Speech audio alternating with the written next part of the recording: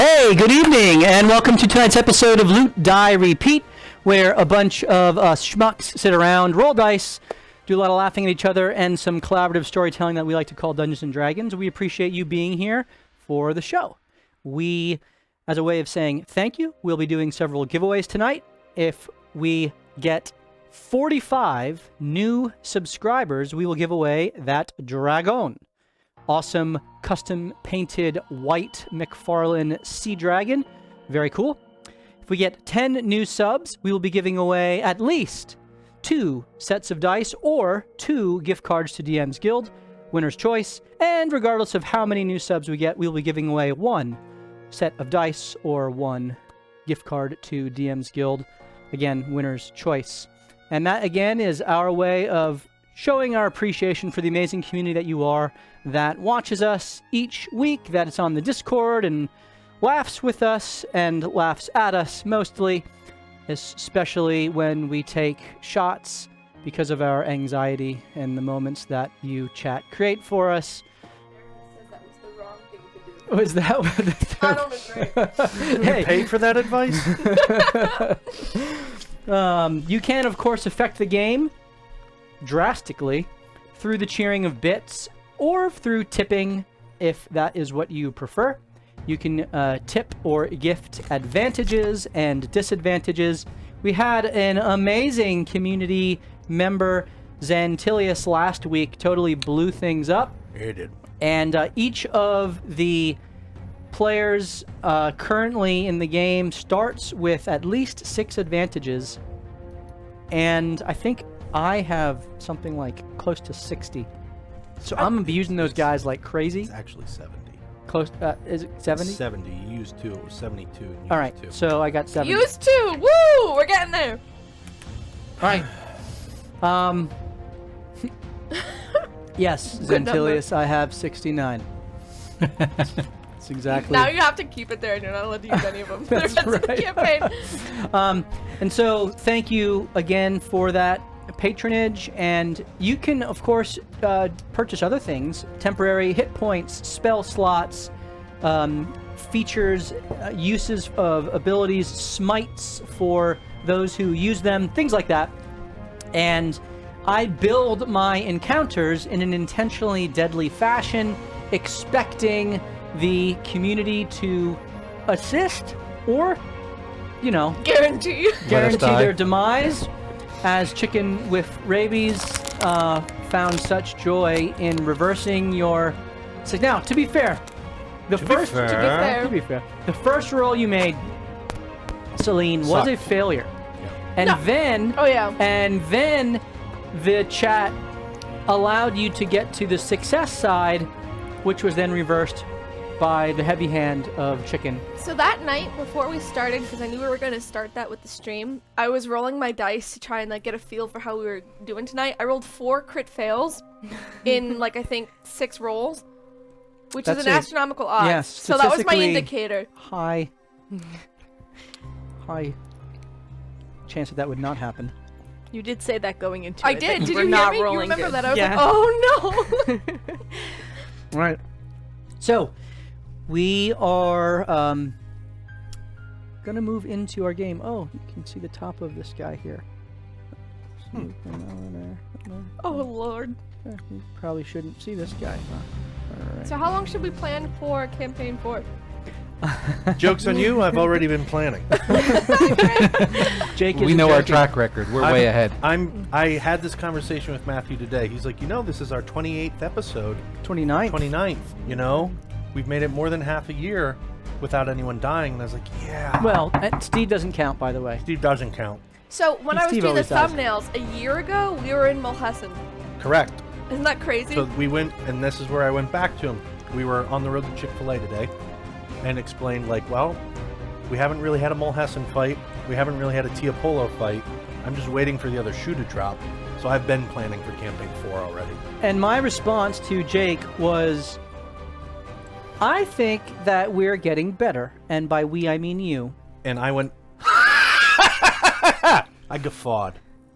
I mean, your strategic choices have been more sound. You understand your characters. I mean, come on. Our wizard finally took Misty Step. I mean, What are the odds? And shield. and shield. It is odd how our rate of death dramatically went down with those two factors. So, yes, we shall see. Of course, the party had a big fight last week, and I'll give you the recap to tell you all about it. Our adventurers, known as the R.A.T.S, have been trekking through the Cinder Wastes in the confluence of elemental planes. They have been tasked with acquiring a mote of shadow, a powerful artifact of creation that will allow them, seemingly, so they've been told by Zim the Mad of the mysterious and not very well-known chamber within the City of Doors. The party was tasked with finding this mote, did not find it in the Emerald Caldera where the tomb of Mukfat the Blind rested. However, they did find a mote of water, which melded with the one already in their possession, held by Ray, the storm giant barbarian, who they travel with, adolescent, in her age and emotional disposition, who unfortunately is not here tonight. Molly, will miss you. Enjoy your vacation. But the party did learn of the location of the mote, at least how to find the mote, and that was within Werthil's lair, a mighty, legendary red dragon who rules over what is described as a whole horde or cabal of other red dragons within the Cinder Wastes. And so traveling overland to this lone, solitary volcano, which juts up out of the ash and soot of the Cinder Wastes, the party, having released one of the seals to the elemental plane of water and bringing that plane's influence back into connection with the confluence of these elemental planes, now has traveled several days. And in those travels, they came across a pitched battle going on between an earth genie, known as a Dao, and several earth elementals and a fire elemental, and a very large humanoid-looking creature.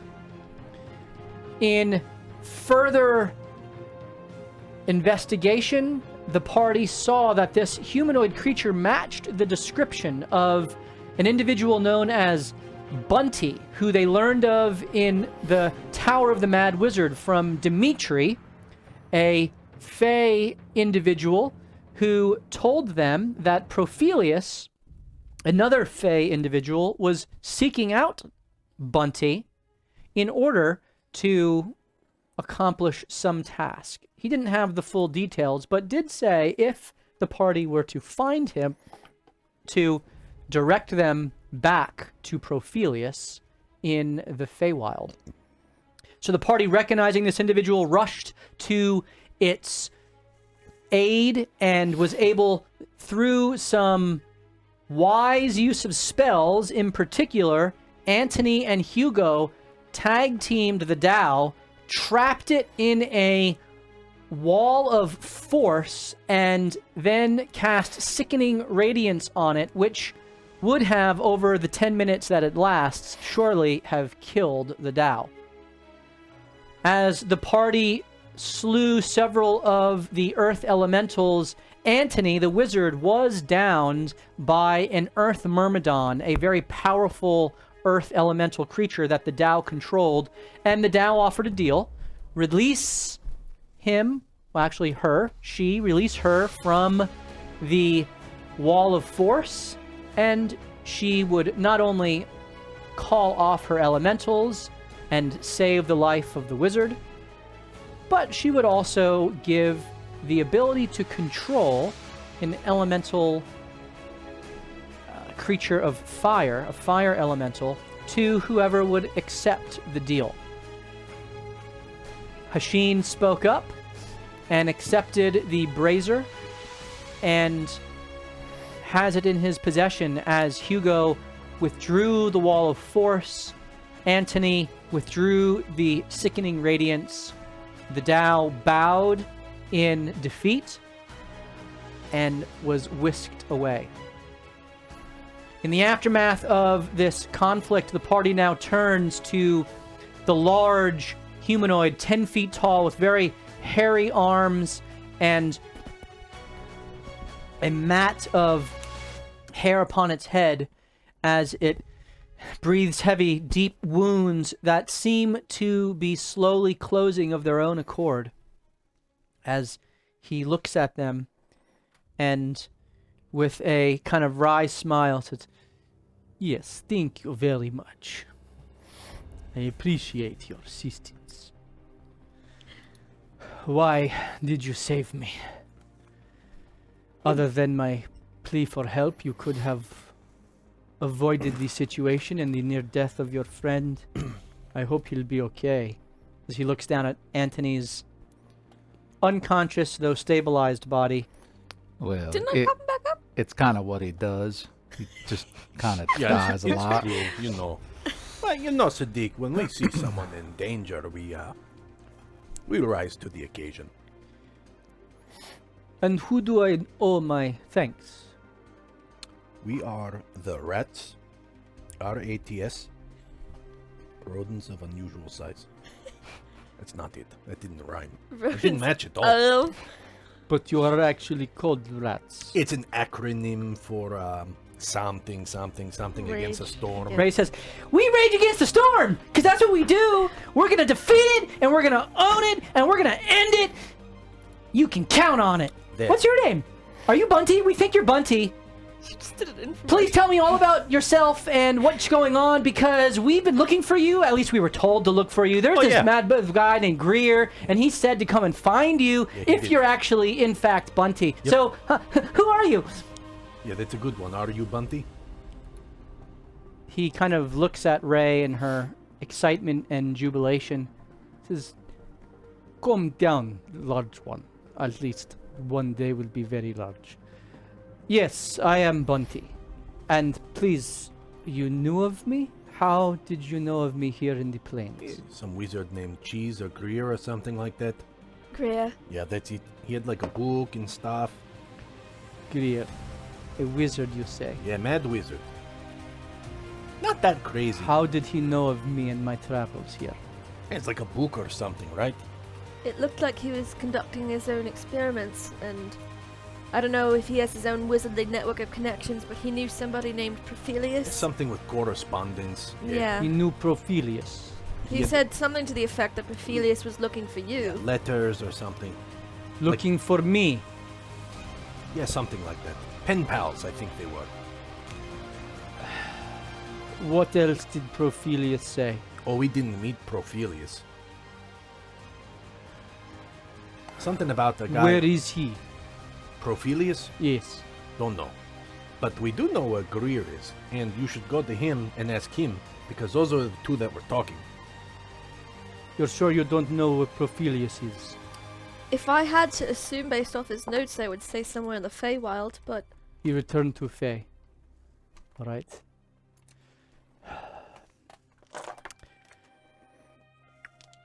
I was sent here looking for something, which I did not find. Oh, what were you looking Yeah, for? we're looking for something too. Maybe we were looking for the same something. Maybe we found it. Maybe we did. Roll a persuasion check. Each of you or one of you with advantage. that was How's your good. They were persuasion? tag teaming. Yeah. Mine's very good. What's yours? I'll help you. It's a good choice. I'm a +9. Every time Jake says that, he rolls really poorly, though. Are you using one of your advantages? Is it Yes! Can I do it again even though he gave me advantage? Because I'm a half-elf, I get triple advantage. This is elven accuracy. Hey, since emboldening bond last 10 Go for minutes, would you say that's still up? Yes, it would still be up. Okay.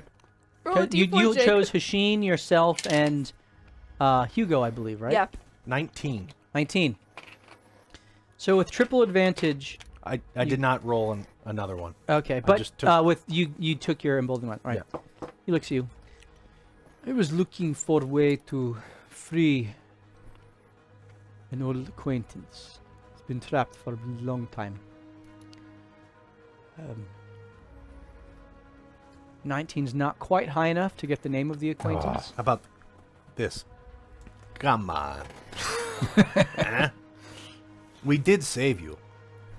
What made you unsuccessful? And as I say that, I'm going to... I don't know what the rate of his wounds healing is, but I would still cast Healing Word at the second... Let me check myself on... Second level. Knowing that he helped me stand up and everything in the fight and... Thank you for this. Roll one more persuasion roll, straight roll. Actually, at disadvantage. I'm going to use an advantage. So Okay. it's a straight roll. Do I get... Because a round of combat went around now, do I get my D4 again? I did speak for about 6 seconds there. She cast Healing Word. Go ahead. This is better. 25. There we go! Healing! Worth it. His name is Seed. Lord Seed. He's been trapped by his brothers, unjustly, in an island in a plain far from here. Okay. Lord Seed, eh? It's my father, Set, assist him. Was that a name that we remembered reading from that thing too, Set? Or am I conflicting? Note other- from Greer, Prophelius, do not know if this will reach Can I you make a before history Set's check on that name? confrontation with the demon. Tell Set I'm grateful for his assistance. Yeah, 26. 26. Oh, whoops. You heard, you know of it only through those letters. Those letters, Those letters were referenced.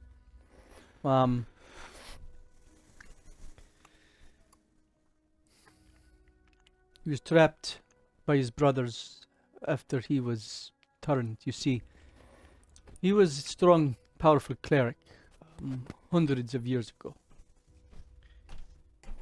He fought evil, destroyed darkness with his light. And one day he fought a very strong vampire. Oh no, I don't like where this goes. He destroyed vampire, but Oh, not that's before being afflicted. No, that's not good. His brothers, who were jealous, seized opportunity and hid him away. Sid was able to finally communicate, alive but undying, with my father, whom he had saved in the Fae long time ago. As in, your father saved him or he saved your father? Sid saved my father. Your father being Set. Yes. Okay. Seed, said. Okay. It's Okay. confusing, I know. Sorry. My father vowed to find a way to break through enchantments. Apparently, there are means of teleportation into Sid's domain, resting place. I was sent out along with my two other brothers to find the means of egress, They look like you?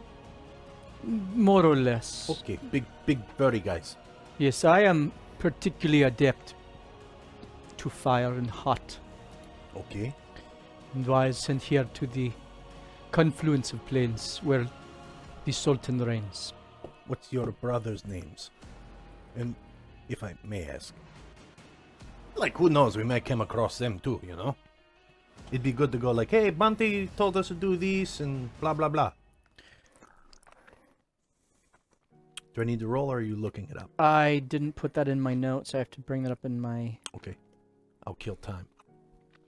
That's how you kill time. You just got a flat one note white noise. Like Grog. We're off the air. Kronk. Yeah, like we're... That's what I think of every time we stealth. I think of that exact sequence. And where did they go? Like, if you know where you were sent, do you know where Brother 2 and Brother 3 were sent? Yes, my brothers, one was sent into a very dangerous part of the Fae. Okay. He is closest with my father. So he's more adept. No, he's the youngest. Okay. His father is protective of him. Okay. Oh, Favorite. father, I get it. favorite. Just... No, I'm the favorite. I was my Umi and Baba's favorite, so, I get it. I was also their only child. So you are also by default the least favorite. Oh, I never Ooh. thought thought of about that. that? Celine, I used to argue you about that. burned me. Anyway. It hurts. I never knew my parents. Why you so. do, you know it. You're I am sorry, little one. Hey, question. Did you crack from an egg?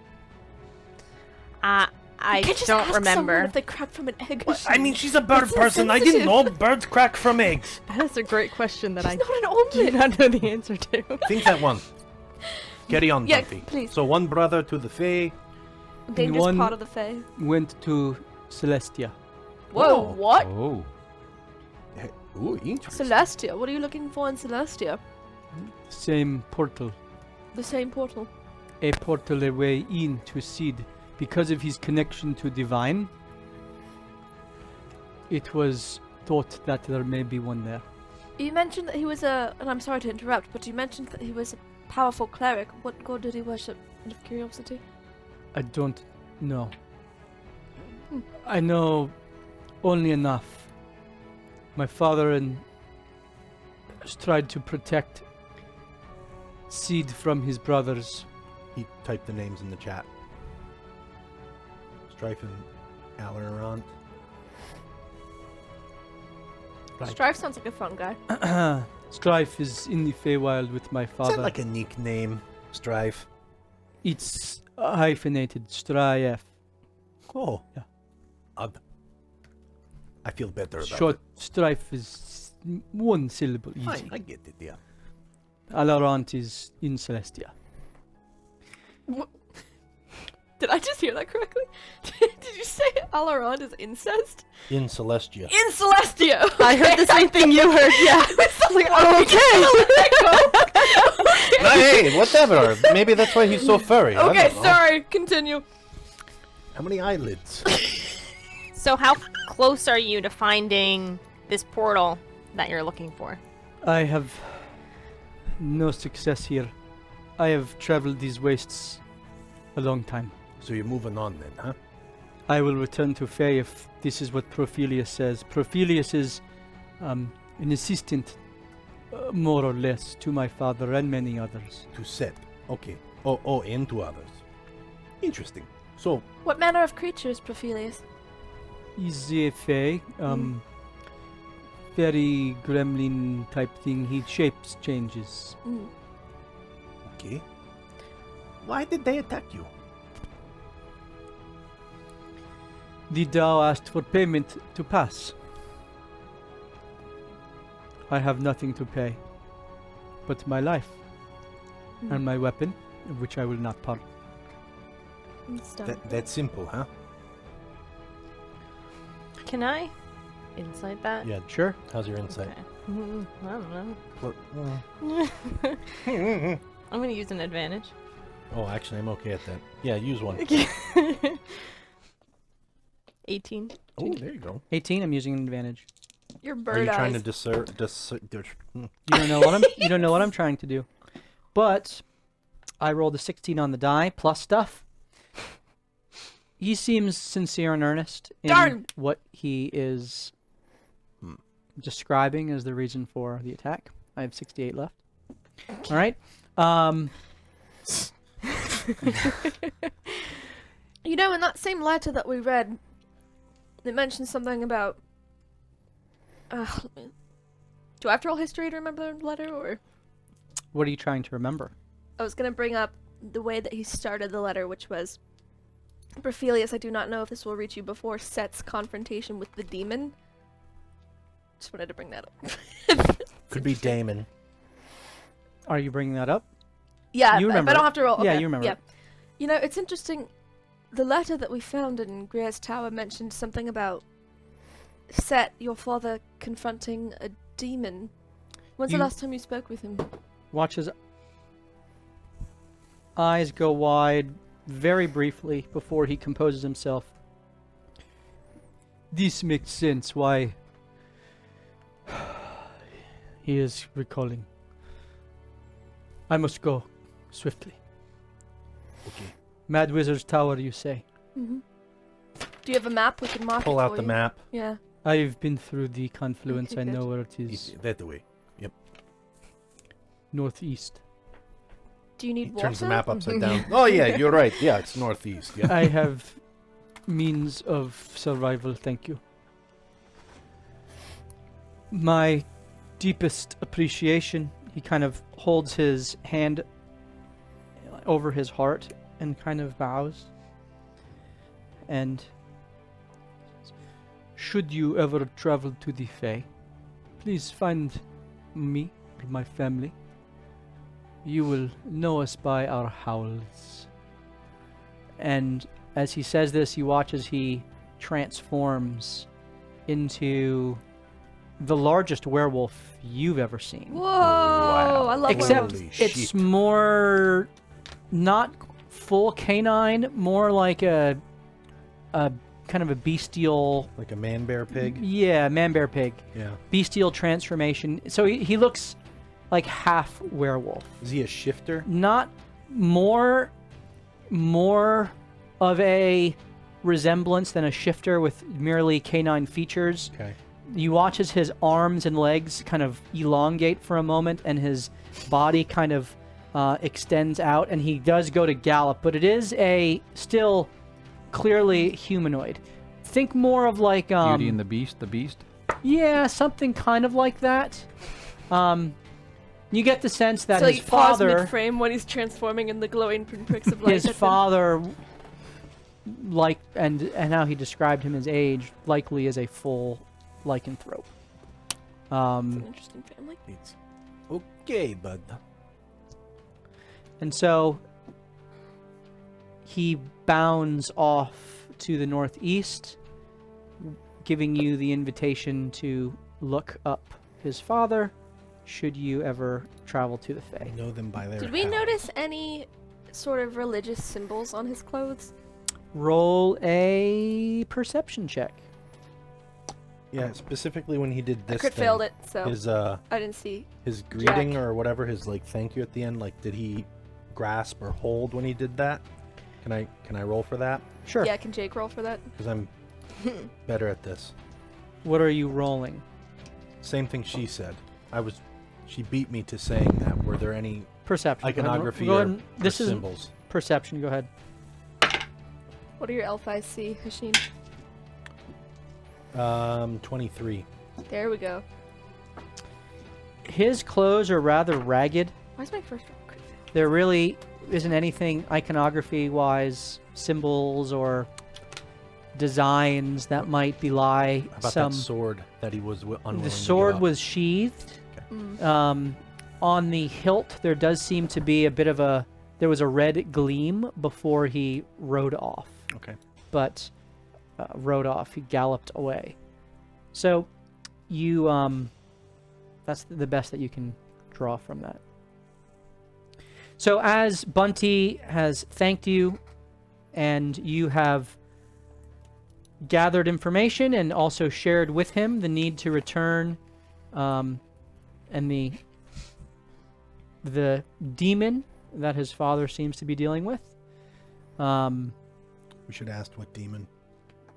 He didn't really give you time. No. Okay. It was more like, Yeah, oh, I gotta crap. run. Yeah. Okay. Yeah. this. Thank you. I gotta go. Can I insight by his oh crap and the tonality of it?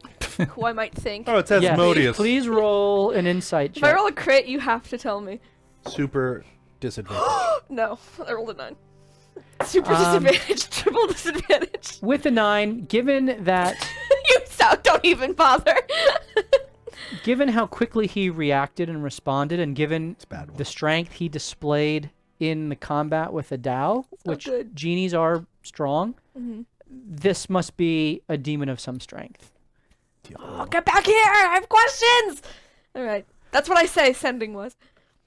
You certainly, you know him now. You can certainly address him through your sending spells. If only I knew that. As the dust has settled in this more rocky terrain as you travel west within the confluence, the volcano lies about 3 more days' travel away. Okay. You go through the rest of this day. You reach the end of the evening, and Ray, you notice, is a bit hesitant to go to sleep as she's just kind of whittling away at some wood, and she's not doing any exercises or anything. She seems to be forestalling something. Anthony does a little bit of a calisthenic, upper body only. And So do I. after he gets his pump on, he kind of looks over at you, Celine, and he says, "How you doing?" Does he really? As he kind of Joey Tribbiani's it. as he kind of shuffles his pecs a little bit. Okay. I got some more magic for you if you want, huh? I'm all good. And as he Thank says you that, ever much. as he says that, he kind of laughs. He's like, "I'm just playing with you. Don't worry, I'm not that much of a, you know what." Stugats. How did you I keep was that gonna much say a fugazi, you that know. much muscle definition after thousands of years locked away? That's impressive. Hammer curls of heavy books. It's all an illusion. Ooh. What if you cast a spell magic on Anthony and he's a literal stick figure? Listen, you jabron. I assure you, it's no illusion. This is steel. You have to arm wrestle. That's the only way to decide. Look at. This is the situation right here. Anthony versus Hugo. Wizard versus wizard. Bicep wizard, bicep wizard. I think he has bigger biceps, though. As Anthony has a little good-natured, kind of forced flirting, which he makes clear is a joke as much as anything. Not that, you know, he wouldn't engage if you actually showed interest. Not that you're ugly or anything. But You're hot. he kind of retires for the evening, goes to sleep, and leaves the rest of you to have any sort of conversations. And who will be taking the first watch? Hugo can. I will. With him. Okay, so Celine and Hugo take first watch as Ray Uh-oh. shuffles for a while before she begrudgingly goes to sleep. And she, before she does, she kind of nuzzles in close to you, Celine, and she just says, Celine, can I ask you a favor, Yeah, please? Can you just say a prayer for me before I go to bed? I've been having really bad dreams, and they scare me a lot, and I'm not sleeping very well, and I'm kind of tired, and maybe I've been praying to Anam, but it hasn't really... So maybe you can pray to Anam for me, or with me, or maybe one of the other gods or something, I don't know, but Anam mostly, and see if that'll help, please? I'd be happy to, but is it the same kind of nightmare that you've... Like after that dragon that we ran into? That was really Yeah, scary. it's the same. I don't like it at all. It's really hard, and I'm scared, and I'm getting really, really exhausted because I don't get good night's sleep. And now you look closely, you see some deep bags under her eyes as she has been maintaining exhaustion. As she has traveled, not really getting a good night's sleep. And she kind of recounts to you the ongoing dream of this nightmarish denouncing by everyone she knows as being a failure, as not being good enough, as not living up to the standards, as letting down her ancestors, as letting down her tribe, letting down her people, letting down Anam, and being cast out and thrown away. Yeah, that does not sound fun, in short. Hasheen, you were hit by that thing as well, right? Oh yeah. Are you still... Oh yeah, had not been good for me either. But I'm kind of... I wasn't sure used if to it it, was an but- effect that was going to diminish over time, but it doesn't seem No, I like... think they've gotten worse, actually. Okay. Alright, Well, that's not good. no, it's not. But... maybe... You know, and I'll start fiddling around in my pouch, where I keep a lot of my alchemical ingredients. Keep going. When I was looking through the rubble after that town that we kind of destroyed and killed everybody, I did find... Here we go. Look at this. I did find a pouch, 3 pouches actually, of diamond dust. And, well, diamond dust is actually used, now that I remember about it, it's used in some healing spells, particularly those for dispelling evil or malevolent effects that are lingering. Greater Restoration, actually, if any of you know the spell. Maybe... You know what? Why don't... Hasheen, you and Ray, why don't you come here? Can you Okay. come here? Right, perfect. I'm going to try and... I think I can twin cast this with 1 use of the diamond dust, and that'll save us 2 in case we run into anything else. So Really? You think this will help? I am 99% certain that it will. Why didn't you do it earlier? Because I didn't have the dust. I Oh, didn't remember that It until requires. now. Well, The so diamond you need dust. you need diamond dust. I will look for diamond dust from now on and make sure you always have it, because I don't want these nightmares anymore. Yeah, they're I terrible. understand. I know. Come here. And she... About how much does you think that diamond dust is worth?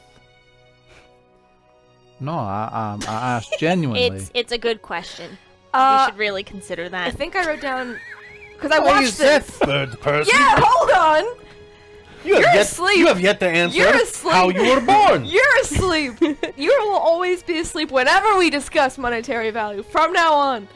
Unless we need that diamond. Yeah. Then you're awake. Then you're awake! Okay. Wet diamond. Now you're in it. I think it was, if I had to eyeball it, probably 300 gold I'd value it at. Wow. So I'm So how portioning bad it are out. these The diamond- nightmares then? Are they really bad? I wrote down Or- The because I watched vivified this. diamond is 300 gold. The greater restoration diamond dust, It consumes 100 gold worth of it. 100 gold, but you have 300 But I have gold 300, worth. right, which is what I was So getting I at. would. Yeah. Were you asking the total that she has, or just I what meant, she yeah, I needs meant, for the yeah, spell? I meant more for the spell. Oh, sorry, then it would just be probably 100. I'd only need Gotcha. like 100. Do you need it for something? No, I do not. But it would be nice to know, what we need to say save or try to acquire, just so that way, I guarantee this ain't going to be the last time that something affects one of our minds. Do No, we definitely won't be. associate the nightmares with the dragons, or do we not? Have we not made that association yet? You are aware that that nightmare dragon that you fought, that pierced specifically through Ray and Hasheen and extracted something from them, which had a aura and essence to it, which very much reminded you of the cave in which you fought If the I avatar of Shar. And so you're aware of this nightmarish dream influence that melds with this void magic, this mythos. This is more void magic. And that was somehow imparted to these two through this dragon. And I remember correctly, I made enough arcana and medicine checks to know that nothing I had at the time was going to be able to resolve that issue. So That's correct. it was kind of like a Your pending lesser one. restoration was not strong enough. Oh, Yeah. hey, by the way, Also though, didn't know I that have at the time. 2,000 gold that I'm going to divvy up, so everyone gets 333.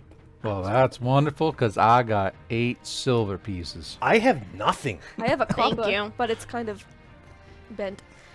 All right, both of you come in here, and she will shake out about a third of the total, so roughly 100 gold equivalent of the diamond dust, and holds it in both hands and starts to focus and reallocates the balance of the arcane energy within her in order to be able to squeeze out essentially enough sorcery points to twin cast Greater Restoration. So I'm burning the 2 second level spell slots I have left to get back 4 sorcery points, which is more than I need, but that's okay. And then You twin your 4th level and spell. then I am twinning. Well, actually, I think Greater Restoration's 5th level. So you It had a is. previous sorcery point already. Yeah, I had 1 left, so I'm burning the 4.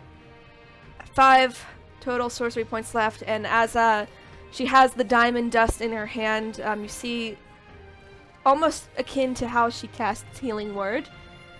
You can't really hear the sound, but you do see the lips moving and the dust begins to glow. And then she reaches out and smears the dust over their closed eyelids, which also glows gold, and then sinks into their skin. Okay. As I cast Greater Restoration. And as Greater Restoration is cast, Hashin, your eyes seem to have a residual glow as they're closed. Like, you know when you close your eyes, you see kind of darkness, but there's spots behind, so to speak. When you close your eyes, there's just a very bright white light. And when you open them, their eyes, Hashin's eyes and Ray's eyes, are both continually glowing this golden pink color that goes from their eyes. You watch as it kind of goes in through their temples, and you watch it kind of cover over their entire heads, and down into their neck before it washes out to their shoulders and then just kind of flows off like water running off of their backs. And as it goes out the base of their neck through their medulla oblongata and into... Celine says, she's muttering this the entire time. You see that the pinkish hue turns a deeper, almost like deep purple, as if it had extracted something out and then whisked it away and removed it from their person. Did it work? It looked like it. Well, I should say that was quite something. Thanks. It's a difficult spell, to be honest. How do you both feel? I feel the same. Ray, how do you feel? You should feel less exhausted if you were before. I'm Should ready for bed. we sleep on it? Yeah, why don't you guys try to get some sleep? We'll stay up for a little bit. Ray, why don't you just lay down here? And as Ray lays down, Hugo's actually going to cool the ground that she's sleeping on just enough to try to make it more comfortable. Okay. And since I can press the digitation multiple times and keep them going, he's also going to create some of the songs that she's sung many, many times, kind of in the distance. Sing one. Just no, not happening. Oh no, Miss something, yeah, no. yeah, one of those. And he'll just kind of play it for the first hour to try to help her fall into sleep. Okay. And you hear her kind of humming along for a little bit before the humming stops and the rhythmic rise and fall of her chest and back kind of greets you as she seems to be sleeping soundly for the first time in many days. Good parents! We did it!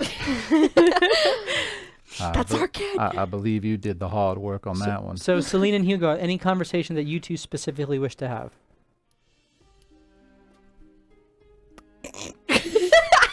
I didn't think I'd get They this far. Little warm out here tonight, isn't it? You see that game last night? It was hot yesterday. It'll be hot today and tomorrow. Hugo starts doing the same thing. He starts casting prestidigitation on the ground and tries to keep it cool for Celine, keep her comfortable while we sit there in the heat. This heat's brutal. Hey, you started feverishly writing when Ray was talking about one of her friends that she knew before that were pain cursed. I haven't really seen you perk up like that. for a subject in a long time. Well, you remember how when we were in the pits and fighting, and I told you about what my family did, and how Yeah. I said that Those monsters? we hunted monsters? Well, them monsters are called pain cursed. Really? So I was mighty intrigued that she knows what they are, because let me tell you, not too many people even know they exist, much less what one is, much less come in contact with one and knew what it was and lived to tell the tale. But she said she was friends with one. That's I will be a little amiss. It's kind of strange. My family's motto is that the only good pain curse is a dead pain curse, but I suppose there could be a I don't know if I could even say it. Maybe a good. Pat his back so he Hey, can cough You it guys out. start You go to spit it out. But yeah, they're dangerous creatures. Dangerous. Did you recognize any of the names that she said? There were a few. There were definitely some that I knew, Huh. and some I didn't. And at some point, I'd like to maybe talk to her more in depth about it, because to know thy enemy, they say. Gain as much information as I can. Suppose so. Is there anything that's like a visible sign that you can tell that what they are? That we should know about? I don't know. Unfortunately, That's why they're so sneaky, that's huh? why they're so tough. Makes sense. The only way a pain curse, or someone can tell there's a pain curse, is if they are pain cursed. They kind of have a way to sense each other, but outside of that, it's very difficult unless you have something kind of like how you have your ring, and your ring kind of shows you where the motes of creation are. There are artifacts out there that kind of do the same thing for a pain curse. Kind of will. Like your sword? Is that one of them? Well, it might be. As he Okay. kind of winks at you a little bit. That Oh, might- trade secrets. I understand. Intellectual property. And you so know? Celine and Hugo kind of laugh a little bit, and Hugo tells her a little bit more about Pain Cursed, and doesn't talk too much about his sword, though it seems clear why this is such an important thing for him to find Celine. Yep. Please roll perception, each of you.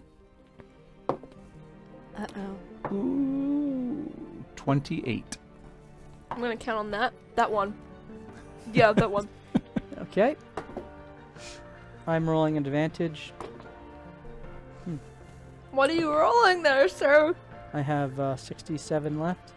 Oh my gosh. Should we have a whiteboard Yeah. with tallies? We should. Hugo, you think you hear the shuffle of sand in a way that catches your ear beyond the extent of your vision. It is relatively flat here, but there are stony outcroppings around, and you have all kind of parked yourself in the crook of one of those outcroppings, and outside of the view of another, around the corner from where, like I said, your view extends, you think you hear something, and you listen and strain for a while. Can I get an estimation on the distance from us? It's certainly beyond 60 feet. Yeah. But with your acute hearing, and it just caught your ear because it was different than the normal kind of just you. Bless you. ambient you. sound of the confluence, this side of the confluence, which is a little bit more harsher, less thunderous as it is to the east, with the wind and the storm constantly in the elemental plane of air where that connects in. There's just more of like a grinding.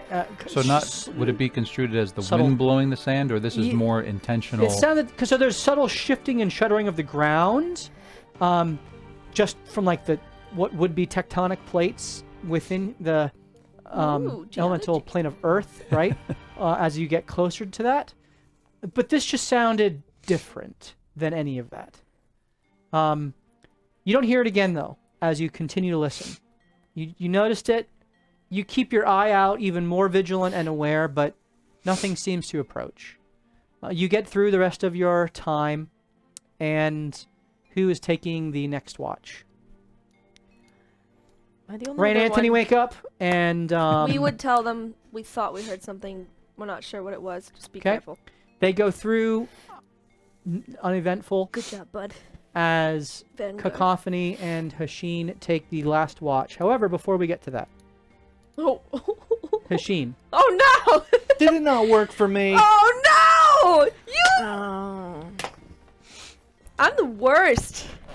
Hasheen, please tell us your recurring nightmare, just for those who are unaware. So it starts out with, through Hasheen's eyes, he's in this like noir, black and white, sandy desert world, and he sees the back of his mom and what he assumes his dad holding hands walking in front of him, and he's trying to run to catch up to them.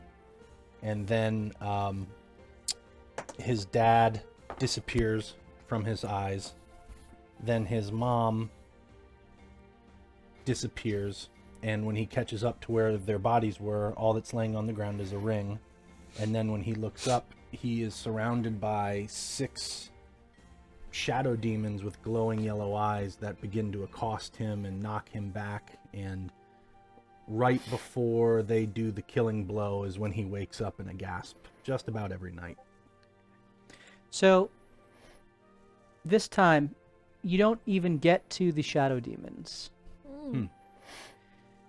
You get to the point where you approach your mother and father embracing, and where your father steps back and you don't see his face, but you see his mother, your mother there, as you kind of grip her in your arms, and then she kind of perishes before you, which is when the shadow of demons then attack, usually.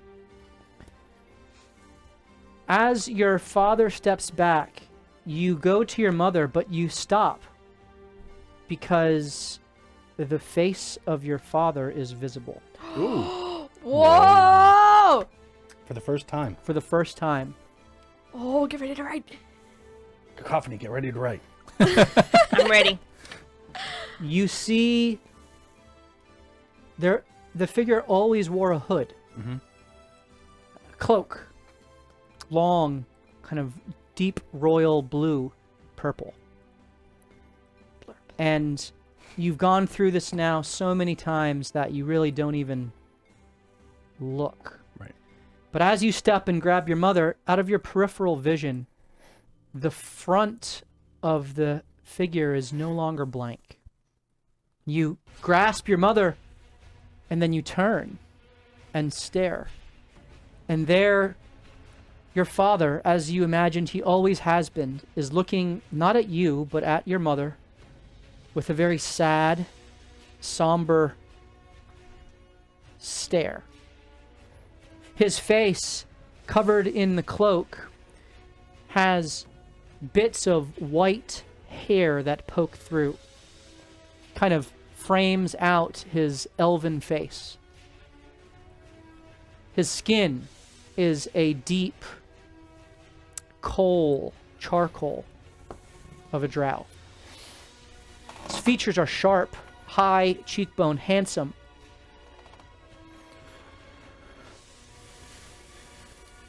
His eyebrows are not white, however. And as you look closer at the hair, it's not stark white as the drow that you see. There's actually a slick of rime that runs through some of the strands. I don't know what that is. Ice. Oh, okay. I gotta tone myself down for you. Sorry. I wanted to know. I didn't know what that. Oh yeah, rhyme. Yeah. Like rhyme bread. Got it. He's part Jewish. Got it. He looks at you and says, "Hello, how are you? Oh, Father, how are you? The gefilte fish is wonderful." Oh, I love it. Stop it! You're ruining your own moment. Carry on. Rhyme. His eyebrows are also streaked with this bluish ice. Almost icicle-like, but still hair, nonetheless. And as he sees and notices you looking back at him, he looks up at you, and his brow furrows, and then looks at you, and he goes to say something. No sound comes forth. What do you do? While still, like, hugging my mother, who is yet to disappear, I think you said, in this, he would look at him and go, Baba? What are you doing here? You're usually gone by now. At you speaking back, a wide-eyed look crosses his face. And as if he doesn't know what to do, he smiles and he goes to hug you. And then is pierced through the chest by the shadow demons, who now engage as your mother disappears and the rest of the dream continues. Okay. You end all of them. Looking around, you call out to Baba. And you try to wake yourself. You want to get out. And as the darkness kind of takes you, you close your eyes and go to open them, expecting to wake up. Except when your eyes open, you are in a very dark place. Oh. Okay. But there's a warm light in the distance. Okay. Orange and flickering. It strikes you as some sort of a fire. Okay. You approach. And as you draw closer, I need you to make a history check. Using an advantage. Okay. Do I still have her? No. I roll over in my sleep and accidentally guidance him. Smack his face. 21. 21. You see what comes into view and focus, a fireplace. Next to it, a leather chair. This is the same room as the tower of the Mad Wizard in which you met Dimitri. What do you do? That's all I see in this room? The chair is empty. There's a fireplace. There is the same rug, kind of fancy Oriental design, Oriental-esque design, but the floor kind of ends. It's just like a square in the midst of darkness. You are walking on what feels like solid ground, though it is swirling shadow about you. Is there still that decanter of liquid on the table? There is no table. It's just the chair and the fireplace. Then, and I assume there are no doors to the hallway. Nothing. Okay. No walls, no Yep. ceiling, no floor. So I think what I would do is I would approach the fire. Mm-hmm. I would, he would kind of stick his hands out to see if he gets any warmth from it. Mm-hmm. Does he? There doesn't seem to be any warmth coming Okay. from the fire. He would, almost like an exacerbated sigh, he would lift his shoulders high and just, and he would sit in the chair. Okay. As you sit in the chair, you sit and you kind of hunch. Exhale. And as you do, you feel the very slight caress of your shoulders Oh boy. as they begin to be massaged. This is not a high back chair, okay? Actually, it is. Oh, Oh, that's intimidating. Oh, Hasheen, I've missed you.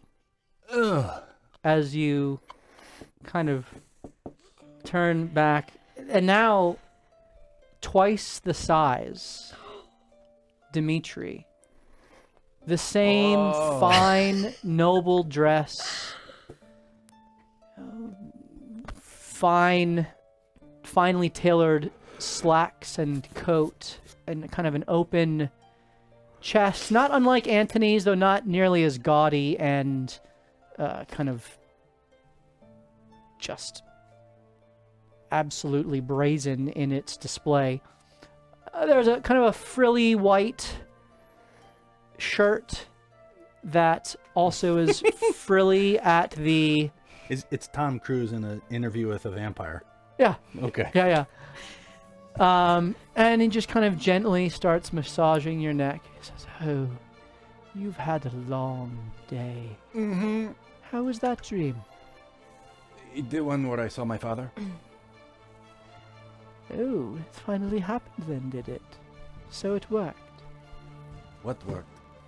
My intervention. Oh. Would you like your shoulders rubbed? I mean, we did get in a fight. Ooh, that feels good. I mean, my bow arm is a little sore. Oh, you're that's good. so tense. Oh, that's very good. Yes, I am very good. Should we leave? So when you oh, that hurts a little bit actually now. Oh, sometimes pain is good. Oh, is it? Okay. Relax, let it flow. I'll try. Your hands are very strong and big. I am strong and big, yes. So when you your intervention, was that when you stuck your tongue down my throat? No, that was a passing. Oh. That was me learning of your unique parentage. Was it good for you? It's always ravishing. How did you intervene then?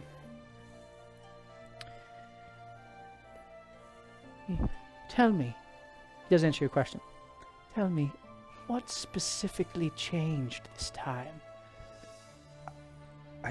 They didn't disappear. Wait, did I tell you about my dream last time? No, but I saw it. Yeah, you probably the throat thing. I came up on my Umi and Baba like I always do, but I was actually able to hug my Umi, but she didn't disappear right away. Nor did Baba, and I turned and I saw his face, and he had this bluish purple robe on, and I saw his face. He's a drow and he had some white hair with rime through it, which is something. It is something. The telltale sign of the winter cold. Oh, okay. Do you know what that is? You should. You've encountered some of their number. I don't know about them specifically. What Jake does, is this something Hasheen would roll a history on, or just... Roll history. Okay. No. Advantage? Well, you know they're part of the Fae. Perhaps you know can that. find more information on your own. He could not speak, though. You say you only saw his face. I said, Baba, what are you doing here? He kind of walks around the chair. His body shrinks down to the size that was before, and he kind of kneels down in front of you. And he's just, as he kind of went, he massaged your your arm all the way down to your hand, and so now he's just kind of like massaging each of your fingers individually. That also feels surprisingly good. Are you okay if I don't make eye contact right now? Is that okay? Oh, you cracked my finger. It's good. So I said, Baba, what are you doing here? And he was so excited, and he was like about to hug me and talk, and then he got killed. Interesting. So he reacted to you. Oh, yeah. Well, first, it looked like he tried to say something, but he couldn't. And then when I spoke, there was physical reaction, and then he died. Interesting. Wow. He kind of gently moves over to your other hand. Okay. Yep. Mm-hmm. This is good. This is good. I like it. This is good. Yep. Mm-hmm. All right, he starts going back up your arm. Okay. Now he kind of goes back behind you again as his body grows, and he starts massaging like your collarbone. Oh, yep. The front of the pecs is tight. Yeah. I've been working out. Can you feel it? Ooh, yes, you are more Me and Ray. muscular. Gosh, yeah. he's dead. Yes, very interesting. As he kind of goes back up your neck and kind of exposes you to the side. Ooh, wonderful artery. Oh, that's a normal thing to say. As he turns you back over. Oh, don't worry. If I wanted your life force, I would have taken it by now. You're far too interesting to play with my food like that. Okay. I have Thank you. more use for you otherwise. Are you familiar with the manipulation of dreams? I mean, I've heard stories that people can do things with them, but what does that have to do with me? Do you want to influence them? Yes. I can help to unlock that power within you. Would I, if I have that dream, would I be able to influence my own? Perhaps. Could I save my Umi and Baba? Could I talk with him? Perhaps. Perhaps it's good. It's better than not at all. He is facing you once again. Is he still giant this time? No, he's about same size. He has his hand on either of your shoulders Okay. as he kind of looks at you right in the face. You have stark eyes. Very intimidating. Well, shall I unlock the power within you? Is it the thing again? Do you want it to be? As opposed to what? Like a hug and a hearty handshake? I only That's a great operate from a question. place of consent. So I perhaps can manipulate my dreams if we do this. Yes. Oh, this man. Yes. What are you consenting to? What are you proposing?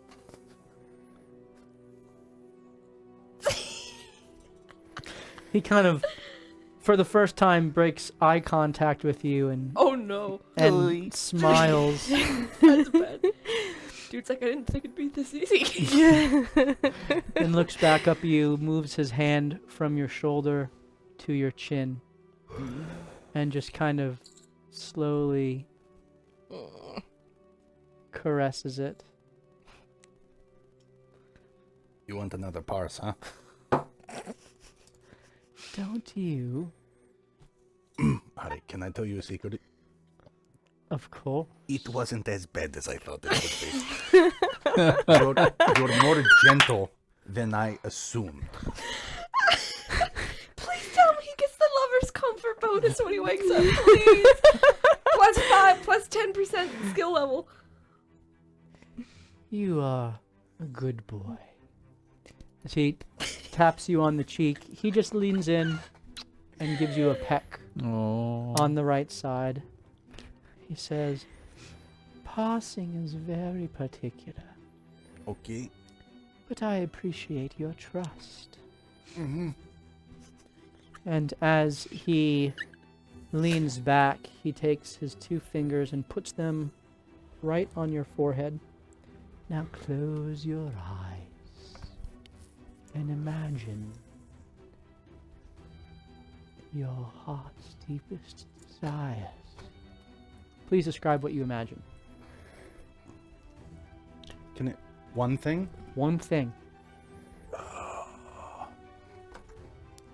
He did say desires. He did. He's He said- used plural, so it's not like this is the thing. But when he says that, what is the first thing that comes to your mind?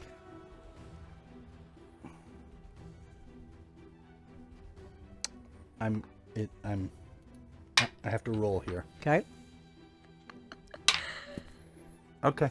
So, I imagine, for me, when he touches the forehead, it's one of those like, pew! No, he places and holds and then talks to you, but there's a resonant power within his touch that while the massage was soothing and helpful muscularly, there's a power now that feels a deep resonant reverberation Like a hypnosis. through your being. So, immediately in his mind's eye, where he goes to is, as he was falling asleep on his side, he rolled over, and as his eyes were drifting, he caught the backs of Hugo and Celine talking to each other, and his eyes focused on the back of Celine's hair and shoulders as he drifted off to sleep. And as he was drifting off to sleep, it was almost like the moon was outlining her head like she had a crown on. And that's the first image that comes to mind. Oh. Interesting. Your feelings for her are deep. I mean, she's a good friend and stuff, and like she's pretty, and she's capable. She's a very capable woman, so yeah, I like her. The power to unlocking your dreams will come through your connection with Celine. Okay. As he says this, there is a wave and pulse of energy that bursts through your body, and you get the sense that what he means by that is there is a bind emotionally with her that you need to be able to loose and unlock to be able to go deeper into your dreams. You're inferring this, so it's unclear exactly what that means. Something you feel but you don't know. Right. And so you just get the sense that there's going to be some sort of engagement that you need to do, and perhaps it'll become clearer. Okay. As your eyes close and you relax and you feel this energy, when they open once more, you are awake. And there is the knowledge now of how to cast the dream spell. Whoa! Nice. However, in order to perfect its casting, i.e. to influence your own dream, you will need to unlock that through further progression in your relationship with Celine. Okay.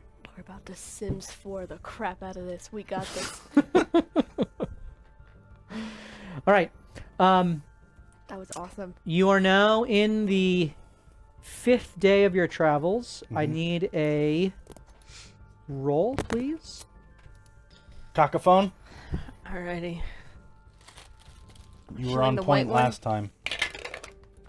6? 6.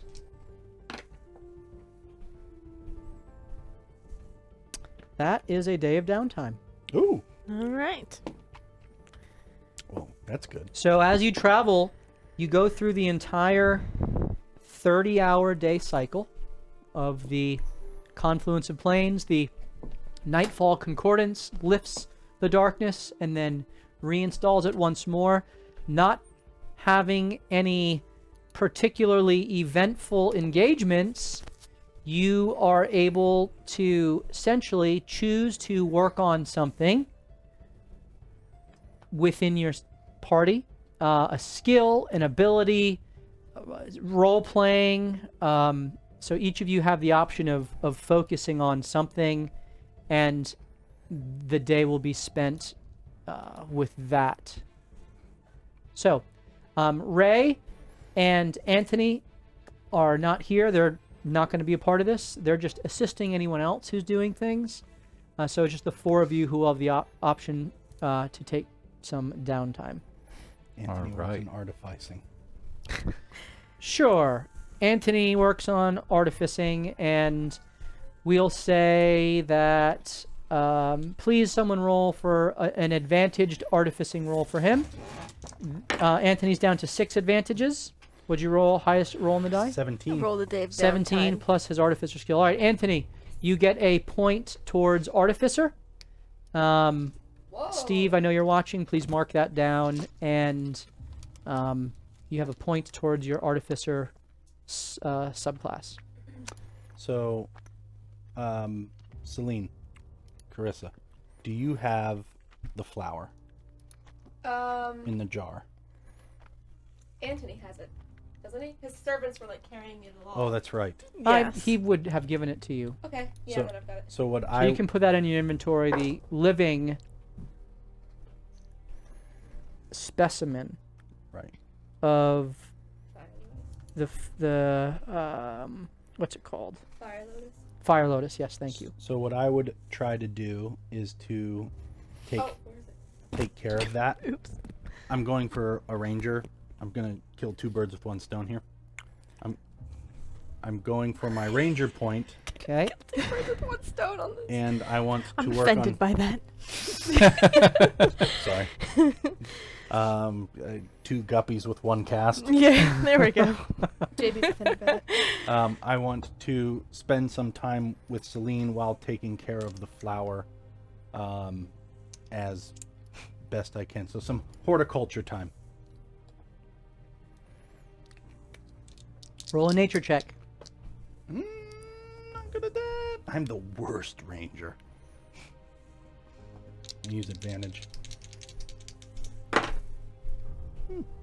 17? If I see him pruning it actively, would I have been able to guidance him? Well, I would have had He's to not- ask he's you not for it. pruning it Whatever. so much as Okay, no worries. just seeking to enhance and care for it, as one might care for a prized plant, one of those little bonsai trees, for example. Right? Very little careful. scissors. Very careful watering, very careful attention to detail. I have a little rake, and I'm putting designs in the plant, the potted plant.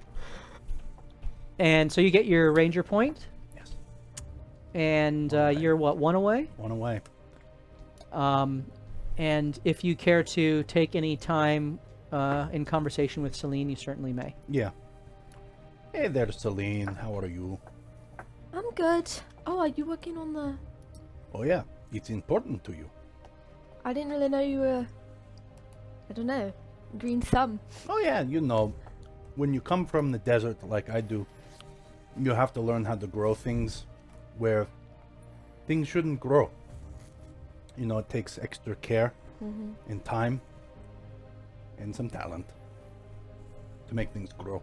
You know, my nickname back then was like Old Green Thumb. So They called you Old Green Thumb? yeah, I Back had, then? well, because I've always had the streak of gray. Oh, yeah. Yeah, And now it's a lot more. yeah, I feel a little bit older. It looks good, though. Don't feel self-conscious. Thank you, thank you, thank you. And he preens a little bit. But I was always good at helping the women of the village kind of grow things, as well as, you know, getting dangerous artifacts for certain people. Multitasker. Huh? You're a multitasker, yeah. You know, try to be good at multiple things. Just be useful. When you're a tribe of 50 people, you kind of have to pull the slack. That's true. 50 people, huh? I don't remember if you ever said the amount. Yeah, we weren't very big. Kind of nomadic. Mm. Though we always came back to one oasis. And that's where I would help grow things. So, like, when I found out this was important to you, and I said I would plant a whole damn field, I meant it because I could, and I can, and I will. So, remember that. I'm sorry I didn't tell you before. Yeah, you don't need to hide things from me, Celine. I'll never judge you. Just know that. Thank you. Also then, I hope you don't judge me because I didn't tell Ray this because she was concerned, but The reason those petals are worth so much is while they do have established and respectable medicinal use, people also smoke them, and it's the good stuff. Oh, So that's don't tell Ray that. Don't let her near them, okay. especially with fire. Also, if they catch on like major fire, don't breathe near them. Unless you want to have a good time, huh? Okay, that's good to know. And with a laugh, you kind of Yep. finish your attending. And Celine, what are you working on today?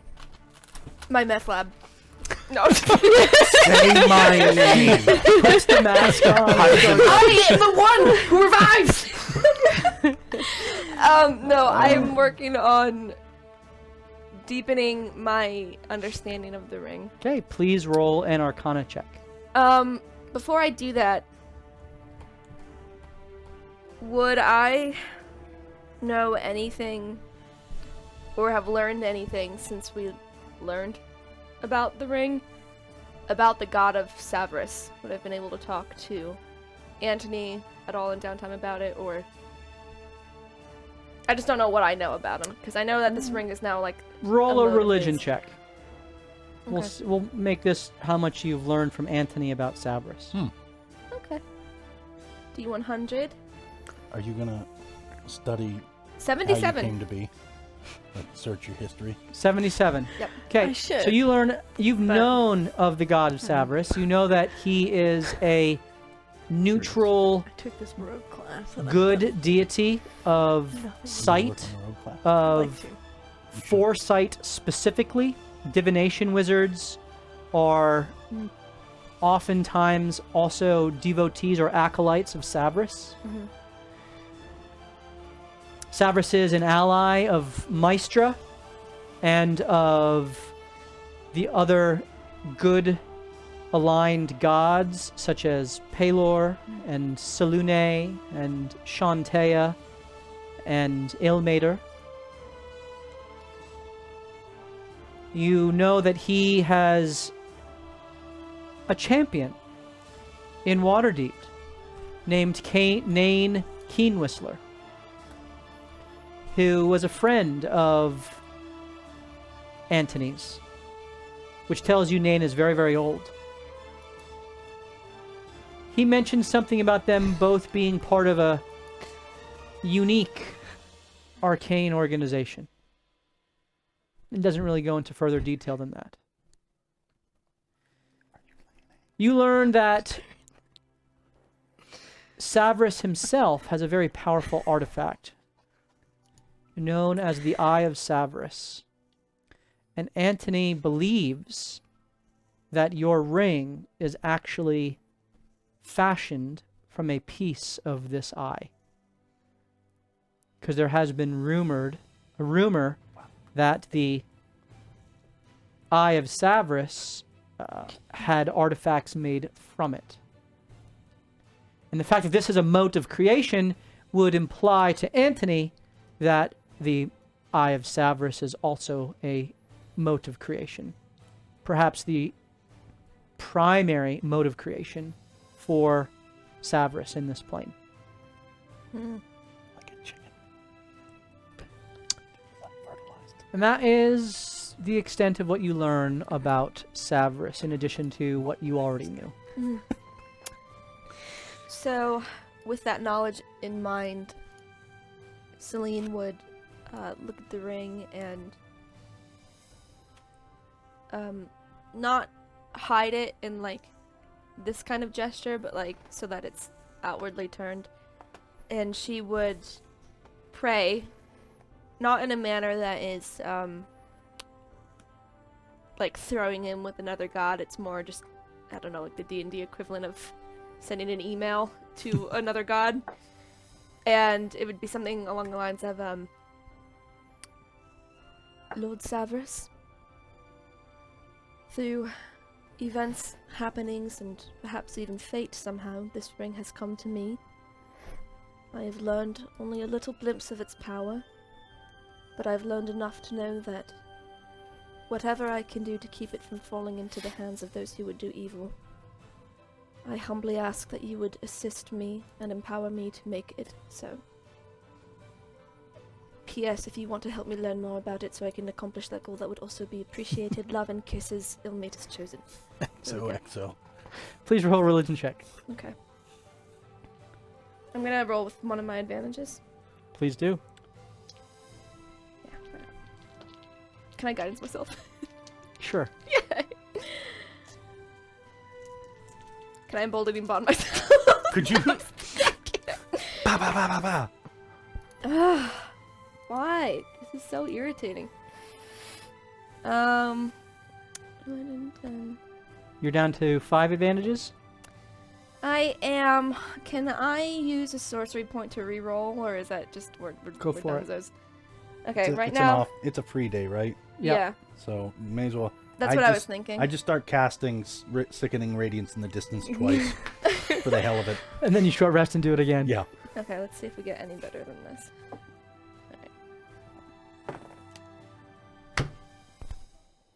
You can use another advantage since it's a new roll. Yeah. You're going to go down to 4. Yeah. Okay. I'm at 3. I rolled a crit fail on that one. Go for it. Whatever. At this point, I'll take it. All right. 11, 12, religion, You're never allowed to roll again. 15. You're cut off. I don't. I'm 15. sorry. You, This is why I play Darlin. as you're praying, you think you hear a voice. It comes in very faint and distant, almost as if it's being spoken through a funnel, or Like on the playground. yeah, like It's going to work on this thing. I love it. Is Right? that Samus's voice? That would be and well, funny. it sounds like a voice, and you through the strain to cacophone. hear. Please roll a perception check. It's coming through the cacophone. I don't think I can do another guidance. No. Okay. I'm gonna also roll another advantage on this. Okay. Because that would be hilarious if that's our first glimpse of Nain in this campaign. Come on, dice! There we go! Unnatural 20. Just had to warm up. Be Okay. gentle. So you hear, at first, it's like. Shit! Why are you waking me? That's awesome. What? Lord, Who? is this Lord Samus? Celine Dion? What? Celine. Is this thing on? Have to help. There's a pause. Hello. Can you hear my voice Yes. coming through Oh, okay. Sorry, I didn't mean to cut you off. to you now? Across the plains, Yes, I. at a Alright. vast That's two. Yep. distance. My bad. I jumped it. From me to you. Vis-a-vis Avarice. Wait, that was so long. I didn't even hear if he said his name or not. Did he say? No, he just said, "Can you hear me?" Hello? Who is this? I am known as Nain, Keen Whistler, and I am a champion of the one who sees. Lord Severus. Nain, your name. Anthony knows you. You know Anthony? Yeah, he's like 3 feet to my left, working on. What is he working on? I was in the bathroom. Artificing. He's artificing and also doing one-handed Are push-ups. you dead? No. But I- Severus, why are you connecting me with the dead? Oh no! I'm not that dead. doesn't It's okay, make I'm much not- sense. Well, that's because I'm not dead. I'm not dead. Anthony, I brought Anthony back. soon will be. Well, that's not very Do you optimistic. want to go for a walk? I don't know how to react to this, you guys. I don't know how to roleplay this. I'd prefer not to die. Do you feel happy?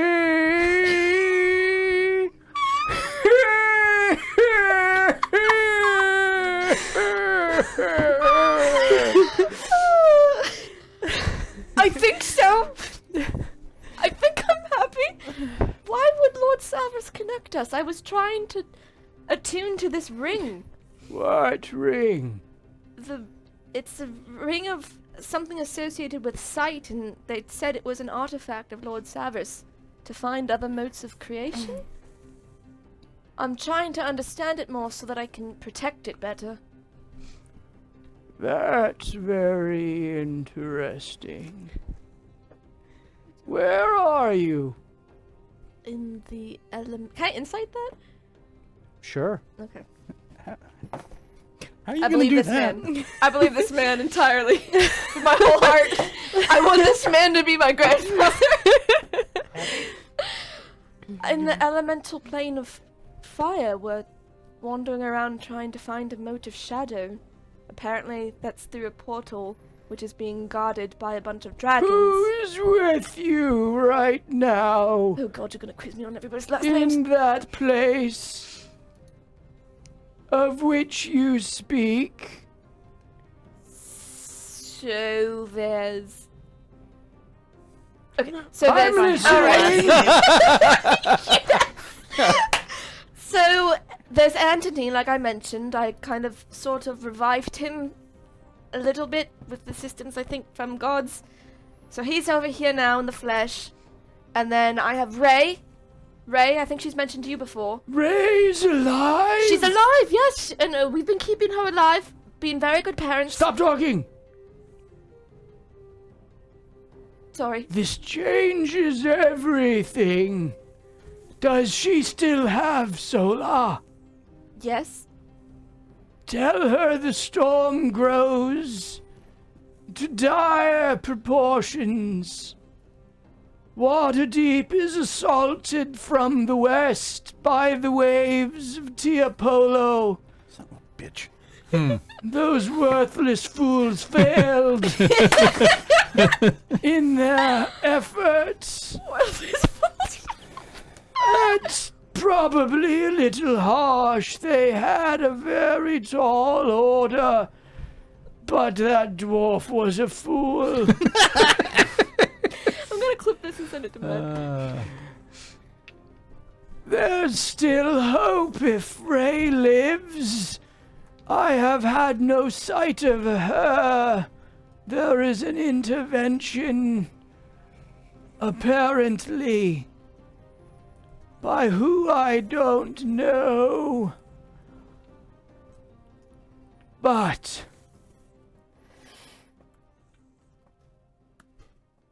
if Ray lives and you have the ring of Salvus, perhaps you can end the storm still. For you will need it to find the heart of the storm.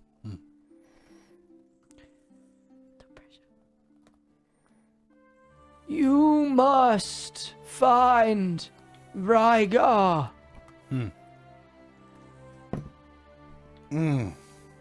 He is the nephew of one of my fellow devotees of Savris.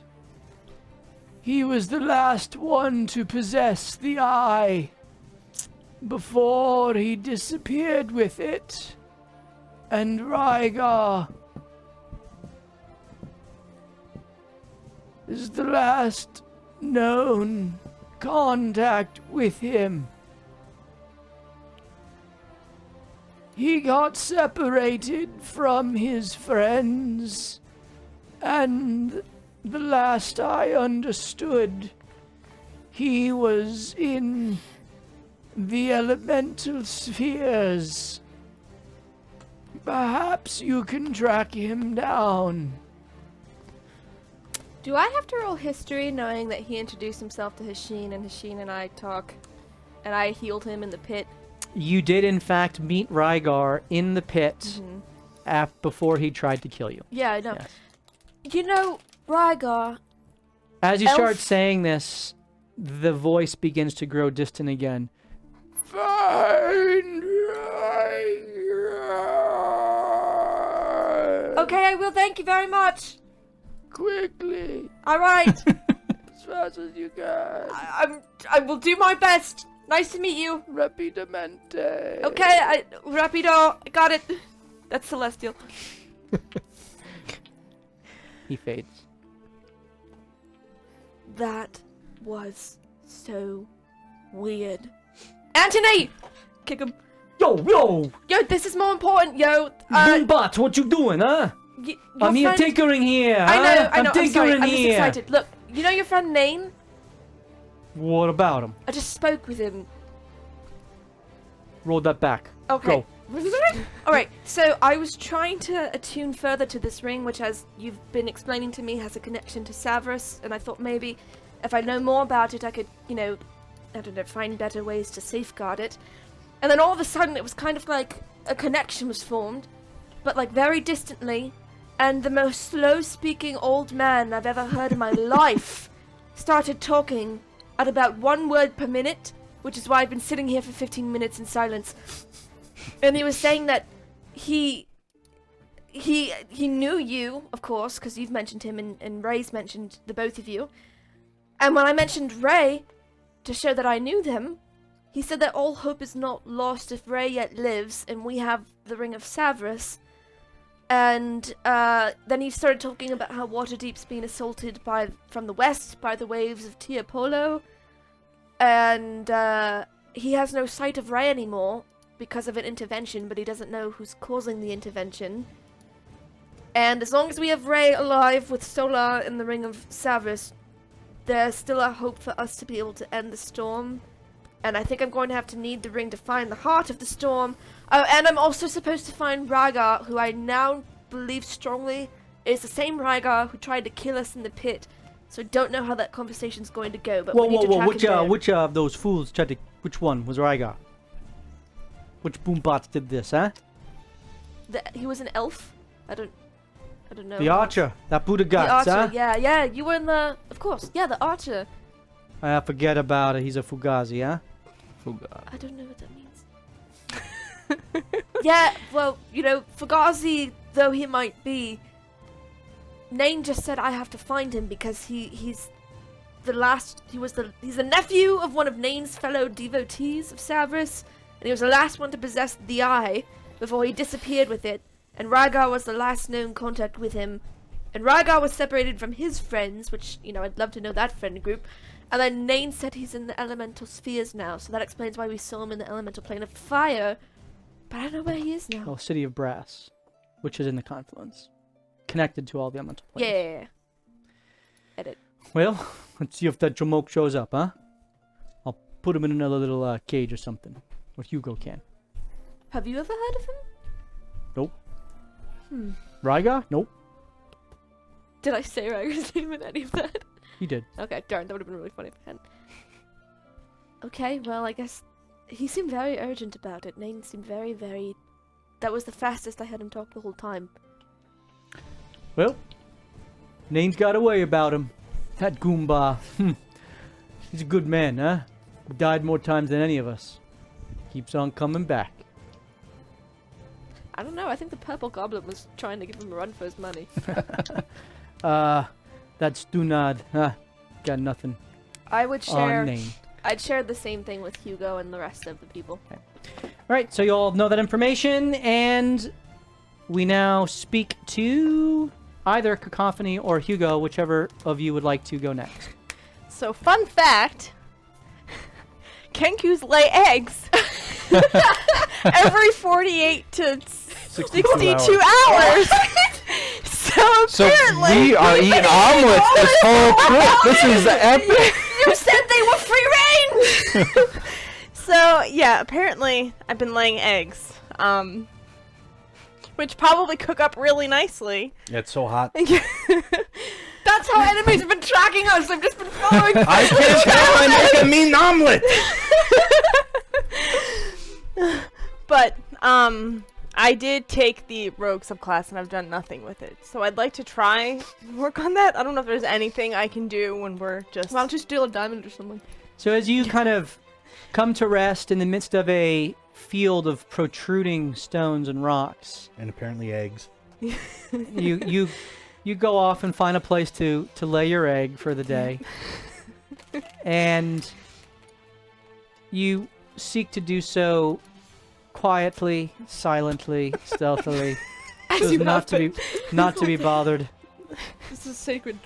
And so you go and please roll a stealth check as you lay your egg. Ooh, use an advantage. Yes, I'm gonna use an advantage. Okay. And go through the other eye. There we go. That's better. And you're down to 5 now? 4. 4, okay. So that's a 19. 19. You do get a point towards your rogue Nice. subclass as you, Laying an egg. even more stealthily than you would have expected, are able to lay your egg without much effort. It's not a painful process at all. It's more of a nuisance, really. And How big is this egg? Like Like an ostrich? no, How big are you? I'm like 5'3". So it's like an emu size. I'm like a shorter human. yeah, I'd say An it's, ostrich. except you know that Kenku, when they hatch, are very, very small. That's true. But then they grow rapidly. Except why you know that you don't know, because you've never seen one as a baby. Right. You just have this knowledge. Nature versus nurture. There you go. This is coming out of you. I was gonna say, if you think proportionally of a chicken egg to a chicken, then that's a pretty big egg, but I don't. Yeah. Okay, that's your business. You, as you're tooling about, please roll a perception check.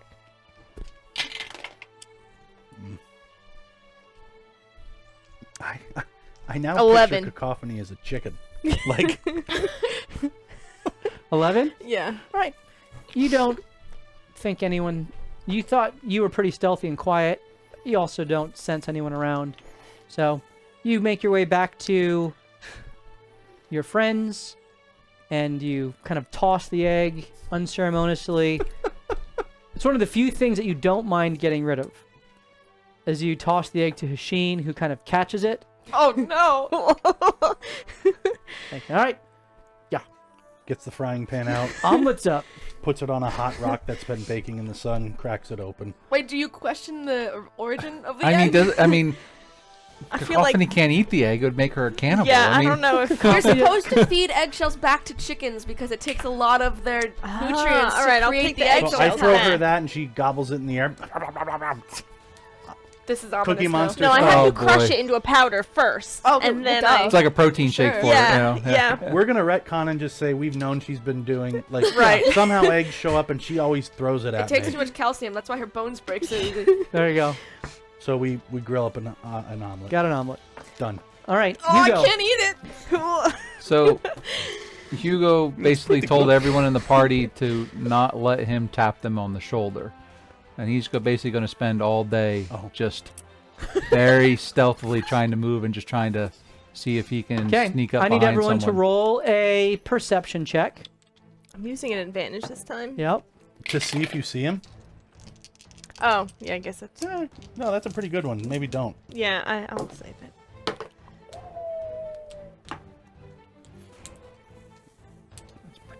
What'd you roll? 22. I win. 19. 19. 16. 26. 26. Ray, that is a 9, and Anthony, that is a 15 plus, but I don't think that beats 22 for his perception. I'll look it up. 'Cause this is Hasheen, important. you are able to very easily sneak up on each of the ladies. Oh, he uses paper. You mean Hugo? I mean, we need Yes. to keep Hasheen away I'm from sorry. the ladies. Hugo, thank you. You very easily sneak up on the ladies. Although Cacophony almost catches you. You think you hear something and you start to turn, and then all of a sudden you feel a tap on your shoulder and you're like, ah, he got me. But you heard him right before he got there.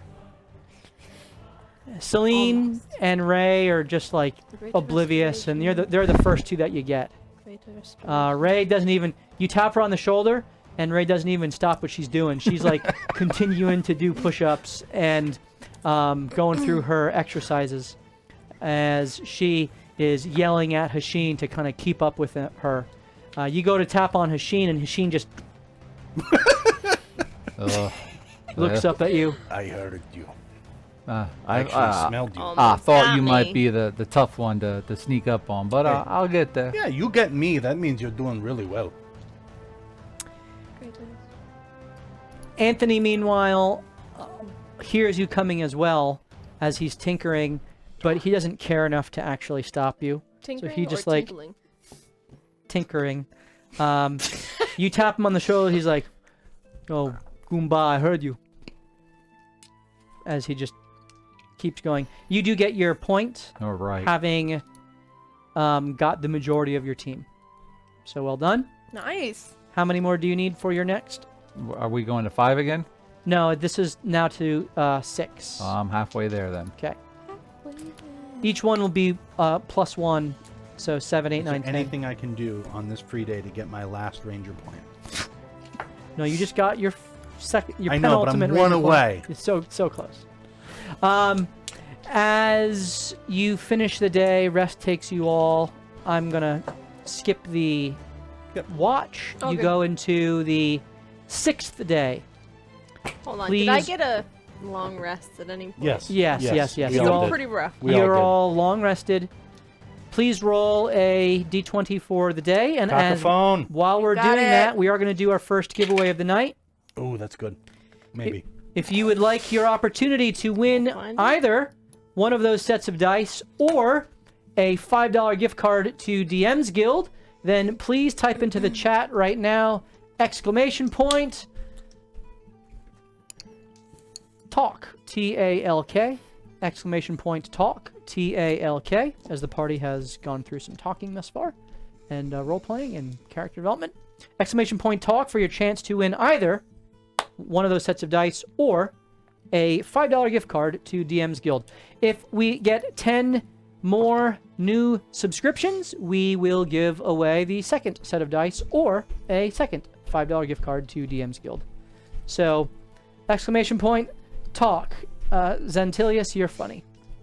And so, that is how you enter. Should have been It egg. should have been egg. Turbo, it should have been egg. You're right. We'll make that the last one if we get 10 new subs. All right. You rolled. What did you roll? 17. 17. Let me go to my table. Which table? It's a table of threats. Table of Please insta-death. re-roll. That was the fire flower for Celine. No. We found more. I have a lab set up now. Somebody's Crit. got to make money on this. Natural 20. Yeah. Woo! Is that good? That has to be good, right? You wouldn't put a bad thing on a natural 20. Or the worst thing. I'm making eggs Benedict the next morning. You're just gonna eat. Next ranger point, you gotta name 5 You ways wake to up make the eggs. next day and you travel most of the day without any sort of unique occurrence. The weather here, as you're now approaching the volcanic layer of this cabal of red dragons, begins to get hot again. The lava begins to pick up. You see more lava flows. You see more of the pools of lava about. The stones seem to flatten back out as if the liquid molten magma doesn't allow for the same sort of protruding formations that had been growing as you have been moving further west. With the flatter terrain, you're able to see a further distance. And as you approach, you now think you're about 1 day's travel away from the volcano. You see what looks to be circling in the distance. 2 dragons. They don't seem to be flying towards you, but just circling in a very high arc overhead. They are small in the sky, and they disappear from time to time, flying up into the turbulent firestorm, which is at the apex of the confluence here at the what would be the quote-unquote ceiling or sky. Sweeping back down unaffected by the fiery storm. The good news is that the magma rain that you had experienced further north seems to not be as common down this way because of the plane of Earth having greater influence and sway. You keep walking in that direction because they seem to be flying in wide arc in front of the volcano, and they seem to come closer in concentric circles and then circle, and you all are very wary watching this. They circle in the same space for a time, and then they no longer circle, they turn and fly straight back towards the volcano. Roll an insight check. All of us? Sure. Anyone who cares to. Dirty 20. Yeah, not me. 21. Nothing. I'm with you. 6. 4. Actually, maybe an 8. Anyone who rolled over Oh, wait, hold on. Actually, 12. anyone who rolled over a 20, which is just you, Hashim? They got 21. 21, so both of you. that's it. You get the sense that they were following something away from the tower, the volcano, their lair. Following something, could we tell the direction that they were following? It seemed to be coming towards you, Towards us. though they seem to have stopped and then returned after a certain way. Okay. Back towards their lair. Back towards their... Yeah, so they were following somebody towards us, per se, and then turned around back and went towards back. Ghoul's Mountain, yes. Right. Okay. Interesting. Did you? I did. That- You That was odd. That Well. wasn't normal. No, they were definitely following something on the ground. I'm not quite sure what it is, but Should I scout up ahead a little bit? well, what type of terrain? I mean, it's the desert, but I mean, like, It's the cinder wastes. It is getting more... like, is there even anything to hide around, like, or is it just kind there, of there, like a there's a typical bit desert? of a kind of dune-ish type of slopes, but it's obviously it's something that's up in the air. Like, there's no visible way to really hide from. not them. really, no. But what about the thing on the And ground? again, you're coming. There are still some rock formations. It's not craggy like it was before. It, like I said, it seems to have been flattened out, or perhaps even intentionally so, as you approach within a day of. Thanks for the raid, Blue Box. Oh, Blue Box Hey, is here. welcome. We're actually Welcome. not dying for once. I We know. As of right now. Just missed the first giveaway of the night. If we get 10 more new subs, we will be Yes. giving away. And I didn't type it in, but the winner for the first giveaway was Kalian Bear. Congratulations, Killian. Well done. Thank you so much, Blue Box. You guys are an amazing stream. We appreciate having you here and all of the chatters. We will hopefully be giving away another set of dice or $5 gift card to DM's Guild, whatever choice the winner has, if we get 10 more new subscribers. If we get 45 new subscribers, we will give away the white water dragon custom painted, which you see rotating there in the giveaway screen. There's 10 new subs. Thank you for those subs. So we will certainly give away another set of dice and or a gift card to DM's Guild. And if we get 35 new subscribers, we will give away that dragon. All right. Thank you all so much. Really appreciate you guys and being here as we continue our story. You continue on. And as you do, on the what would pass for a trail or road or this meandering kind of pathway that seems to be leading towards the volcanic layer of these red dragons, which you've been sent to. Through this confluence of elemental planes, these cinder wastes, the ash and soot at your feet, the pools of lava and flows of magma about you, the heat oppressive. Yet, by this point in your journeys, you've kind of grown used to this heat. You think you see in the distance what looks to be a figure approaching you along that same pathway. Hey, maybe just a hand on a sword or what? whatnot. I wonder if that was what the dragons were following. Me too. And if they were seeing him out.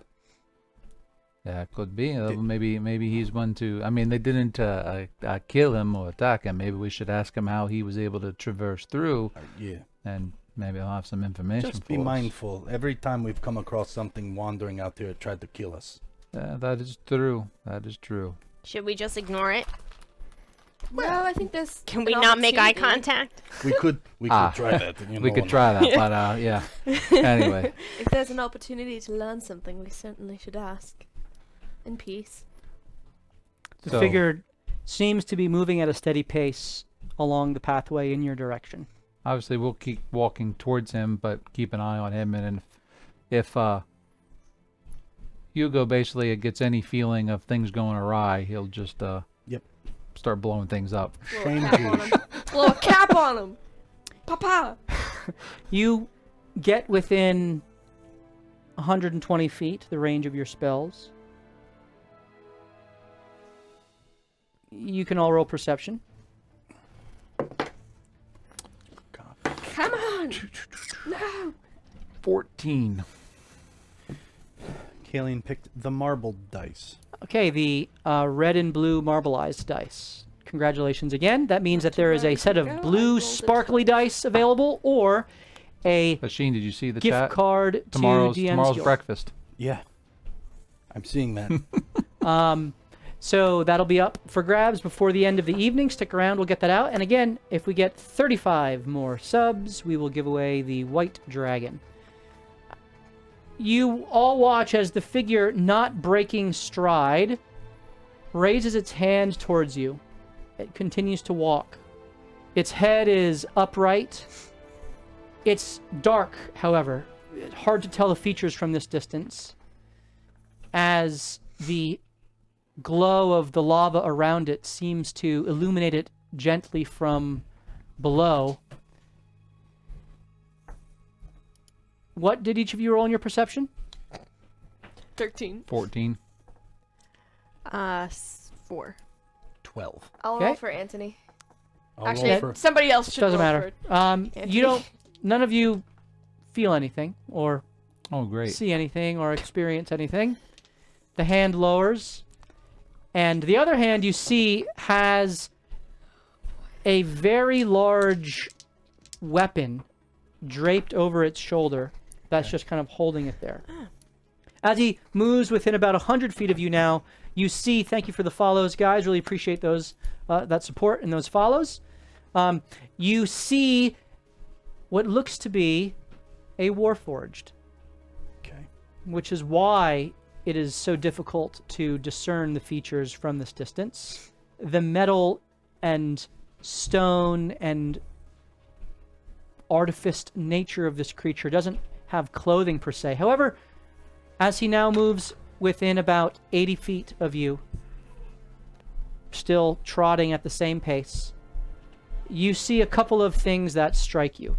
First of all, this creature has armor infused into its frame that looks to be made of the bones of other creatures. As you now approach within 30 feet, you see that on its left pauldron, a very large skull is kind of fused into its pauldron with a high set of horns that kind of comes off of it. You get the sense that this is some sort of dragon or demon's skull that has from its severed head. On the other side, there is another set of spikes, bones of some creature that are on the pauldron. Around its waist, there are other skulls which kind of rattle as it walks. Its entire lower body looks to be sprayed with relatively fresh blood. Oh, man. There is gore and chunks of flesh which seem to be dripping from its very large weapon, which looks to be a massive bladed serrated mace. Think of a halberd with the one large blade at the end, except this is blades all the way around, as in a two-handed club mace halberd joinder. At the base of this mace, you see another skull with a kind of pointed beak that is affixed to the bottom. It was one of your children. A large, glowing, vibrant red stone emits from its chest. This creature, as he approaches, looms about 12 feet tall. Holy crap. As he steps, the ground reverberates beneath its feet. Its eyes glow a low orangish red. As it walks past you, looks each of you over, intentionally, slowly, taking each of you in, its eyes seemingly scanning you. Each of you can roll a history check, please. I'm using an advantage. Crit! I rolled the same thing twice. Finally! There we go. 12. Alright, I'm using another advantage. Can I do that? You just did. I did. 24 for 13. 24 for Steve. How many advantages do you have left, Cacophony? 2. 2 left. By way of reminder, chat, if anyone would like to affect the game, you can cheer bits or tip to give advantages, disadvantages, and all kinds of other things. So I think I'm down to 67. Yeah. Down to it. Down to 67, We're and you wearing guys... you down. Yeah, we're wearing them down. Wearing you down. How many do you have left, Cacophony? 2. 2. How many do you have left, Lasheen? 3. Celine, how many do you have left? 4. 4. And These Hugo? two. You have 5. All right, very good. History, 30. 30. Why you just rain on my Celine? parade? Crit, so 24. You critted, that's right. 24. 12. Anthony rolled a 24, 12, and I think I had 13. 13. All right. Cacophony and Plus 12. Hasheen. Cacophony, your Kenku eyes focus on that stone. Nice to have a That's shiny and pretty. Nice. And then you see all of the various skulls about it. They're unique in that there seem to be runes carved in them, Interesting. which you're drawn to those runes. They tell a story. They hold memories. Interesting. Interesting. But you can't decipher them. You'd need more time. You'd need to kind of look at that. Hasheen, that gem in the middle of the chest and this creature reminds you a whole lot of Aegis. Okay. Celine and Hugo, this is a Warforged, larger than most, of about the same size as Aegis, who you previously met, who saved you from the free fall out of the Pits. octagon in the city of Brass in which you fought, took you to the city of Doors where you were given this task. You get the sense that this creature, which has this glowing stone, which reminds you very much of the hopper that each of that Ray possesses. He pauses, in fact, when he looks at Ray, And he looks at her the longest. Long and hard. Looks at her weapon and looks at her chest. Ray's on her tiptoes. Ray tries to get taller. Of course she does. Boots There flying. is no emotion. There is no change of its face. Blood spatter across its face. As you look closer, you see that there's not just fresh blood, but there's remains of who knows how old blood. This thing doesn't seem to care how full of gore it gets. Dang. It just continues on. Oh, there he is. Yeah. I painted him. Can you hold him up to the camera? Yeah, whoa, what? I don't know. Whoa! I don't know how well you can. Not going to be able Not to. well. He is big! You want me to hold him up to the camera? No, it's okay. I mean, I can post pictures in the Discord. Okay. So does he walk right past us? That He- weapon paint job looks so cool. But, yeah. Spare me, please. Hugo. You Take that have as a no. heard tell of an immensely powerful being made of metal and steel that wanders the plains in search of things. No one knows its name because it doesn't speak. It simply goes about its task. And if anyone ever has heard it speak, no one's lived to tell the tale of it. Hmm. This is that being. And you're very thankful that it doesn't seem interested in your party. Well, Should we move? yeah, don't make eye contact. Just keep walking. Effing kidding me? I didn't even think about it. He could use a bath. It's kind of Shut the hell up! Lay another egg somewhere! Yeah, I've heard. Coffee roll initiative. I Just bel- you. You can see Hugo's almost like he's kind of stuttering about himself. He can't even get the words out. I've heard stories about, I believe, who this individual is, and not someone that we want to mess with. That's for sure. If it is who the legends say, I believe it might be. So that's not Aegis? It looks like Aegis. Well, you remember how strong Aegis was and how he was able to do some pretty crazy things? Yeah, he just The- poofed us out I there. know, but the stories I've told is that's what this guy is, but maybe even better. Oh my goodness. I don't know. I've also heard he doesn't talk, or at least the people that have heard him talk have never lived to tell the tale anyway. Do we have some distance between us now? Yeah, presuming you've not stopped, No. you've essentially just crossed Yep, paths. Ships in the night. He's looked each of you over, lingered on Ray the longest, before kept walking, and you kind of glance back every now and then before he disappears behind you. Did I see if there was any damage on him? Like slash marks or Please roll medicine? medicine There check. had to be. How do if you, he's by the got way, how do you gore. heal a warforged? You don't. They can be healed from magic still. What though? Like, what am I doing? Am I an artificer if I heal him? Think about it. that's a Deep question. I know, right? Much like the egg question, Yeah. which we debunked. Or we cracked that case. That's a 22. Two. There is some damage that it has taken.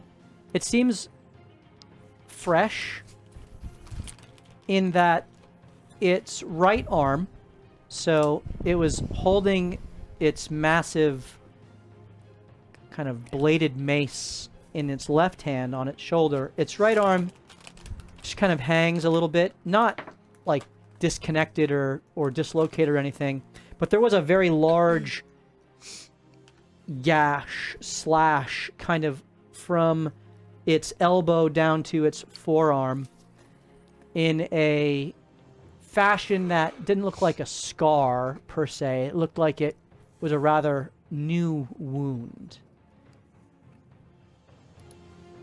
You sure you don't want to talk to him? He's coming from the direction we're going. I mean, I don't know if he talks, but You Point. just heard what he said. I'm just telling you what the stores used to say is, one, it never speaks, and I wouldn't want to mess with him. And I don't know about you, but did anyone else notice he was kind of eyeballing Ray up a little bit? Oh, I saw that. Yeah, I saw that.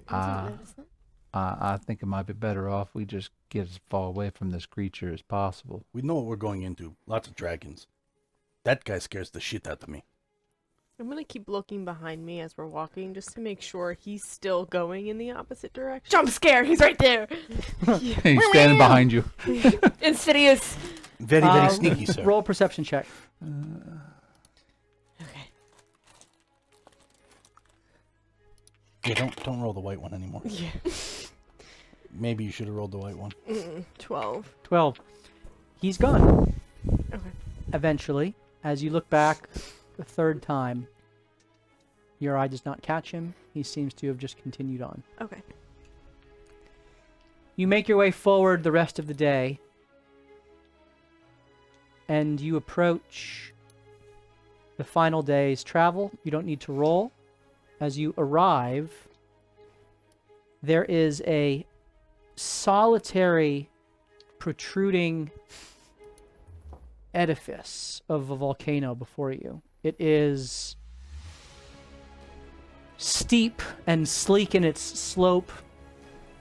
There seems to be a constant emission of smoke that billows forth from the smokestack-like peak.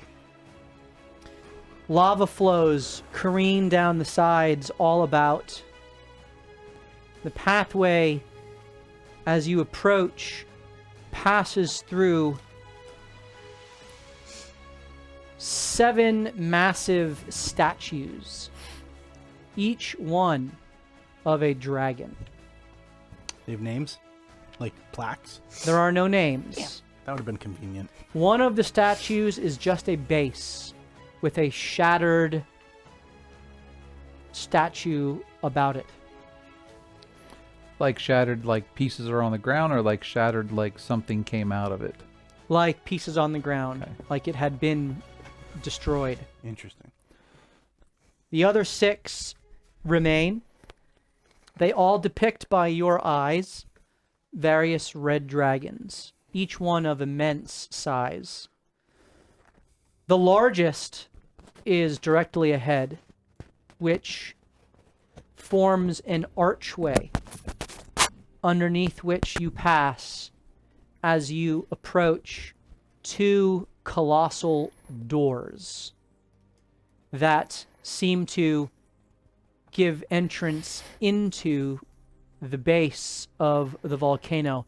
It's about 50 stairs up before the doors open. The doors are about 200 feet tall Whoa. and about 100 feet wide each. It is a square.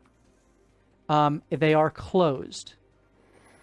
They depict in various degrees of detail carving of the same dragons in defense of and conquest over this volcano. Depictions of a vast treasure hoard within. And each one Oh god, cacophony. doing its own kind of thing. There is one section that seems scratched through of one of the 7 that were there. 6 remain.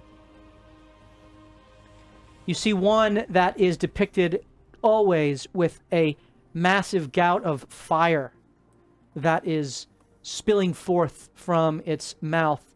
There is another that always has destruction in its wake. There is another that is depicted as being on fire as it fights. There is another that is depicted holding what looks to be a very large sphere and casting spells. There is another that just seems to be particularly large and powerful and stout. And then finally, always the largest in depiction. Each relief showing it doing something different.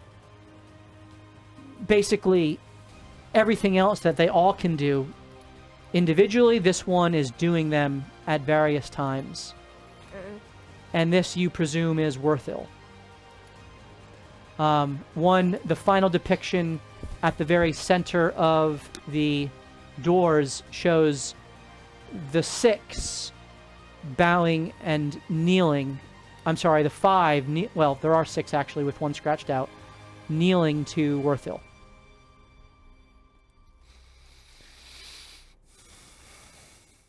What do you do? Go home. Badger, you're probably correct. What did you say? With this much exposition, you do realize this will be your greatest death knell. Okay, so we're all seeing this, right? This is the freaking dragon lair. Yep. So there's 6 of them? There was 5? Maybe one was Well, I think there's 7. excommunicated? There's 7, and now there's 6. The big guy, yeah. Yeah. So, I counted wrong. yeah. Which is weird, because you're always good at counting. But, this is where we had to go, guys. So should we like level set on basic rules of interaction with a dragon? I think before that's we a head great idea. We don't piss them off. in? Speak respectfully. Yep. We don't steal anything, We Cacophony. don't steal anything. Cacophony. As Not much a thing. as me and you like our magical items, Don't even think of it. we die instantly if we try that. We Yeah, have to- I get it. I get it. I don't know any other way they can to hide this. Well, right. So I'm putting gloves on. I have As you're gloves having this conversation, on. you feel Okay. the ground around you begin to shudder. Oh boy. Whoa. When the door As opens, the doors begin to spread and recede into the Oh, wall. like a pocket door. Yes. Interesting. Well, this is it, guys. I guess. What do Field we see? trip. They get- know we're here. It is a thin line of, at first, just orange and red light. As it slowly opens, it is an overwhelming heat of fire that greets you. And emerging out of the flames, you see a female tiefling step forth. She has deep pink skin, Did not expect that. long pointed horns with one curl before they point straight outward or forward, almost like a bull's horns, except there's a curl in them. Like a ram and a bull. Yes, the horns are encrusted with gold all the way through the horn down to the base, as if the gold has been fashioned and specifically made for her. Whoa, cool. Rubies adorn the horns all throughout. She has long dangling ruby earrings and ruby piercings in her nose and her belly button, her midriff, which is exposed. She has a long golden and ruby, what would be like a tribal tattoo, except it's a bracelet that's kind of wrapped around her arm, from her wrist down to her elbow, her right arm. And she wears a tight, it's golden in color, but you suspect it's actually gold, wrapping around her chest, which is form-fitting, very tight. And she wears nothing, it's just around her breasts. And she wears essentially the same fabric type of like mini skirt. Uh-oh. No other clothing, no shoes. There's not much left to the imagination in terms of her physique. She's very well built, very toned, very muscular, but not in a bodybuilder's style, just very fit and in shape. She has long black hair, which is done up in a golden clasp that then falls down to the small of her back. All through it, there is a weave of gold. Wow. Wow. I gotta draw this now. She Yeah. walks Dragon's out to you assistant. directly with a confidence and a strength and a wry smile. Again, she's emerging out of the flame. Yeah. And she looks at you and she says, "Welcome to the domain of Wilthil. It is at my master's pleasure that you still draw breath. Why are you here?"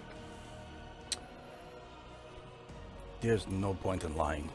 No, might as Nor well would we just ever. lay it all out. We are looking for a mote of Chateau, and we were told that where it is located, we have to get to it through this lair. Like you have a portal or something. And why would my master give you access? That's a great question, Habibi. One I'm not quite sure we have an answer for.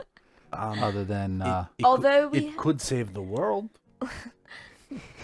Maybe? My master transcends the world. I bet he does, yeah, I bet he does. I guess that's a question we have. What would it take Oh, that's for good. us to get access to the portal? we have little to offer aside from that, but maybe a little we do quid have pro quo. capabilities and have proven ourselves worthy of finding treasures. We have fought with Imix and lived along the way. Imix, you say? Interesting. We did lose one guy. Yeah. but Throw that in there again. I didn't want to lie! I'm sorry! Too much detail. She makes me nervous, alright? It's really hot in there, too. You can't stand the heat? I'm more of a cold weather guy. So, but, this is nice. It's nice here. Yeah, it's nice. I am vassal Urus Ermir. Urus? Ermir? URROS ER-MIR. Good to meet you, Vassal Uru. I serve my master.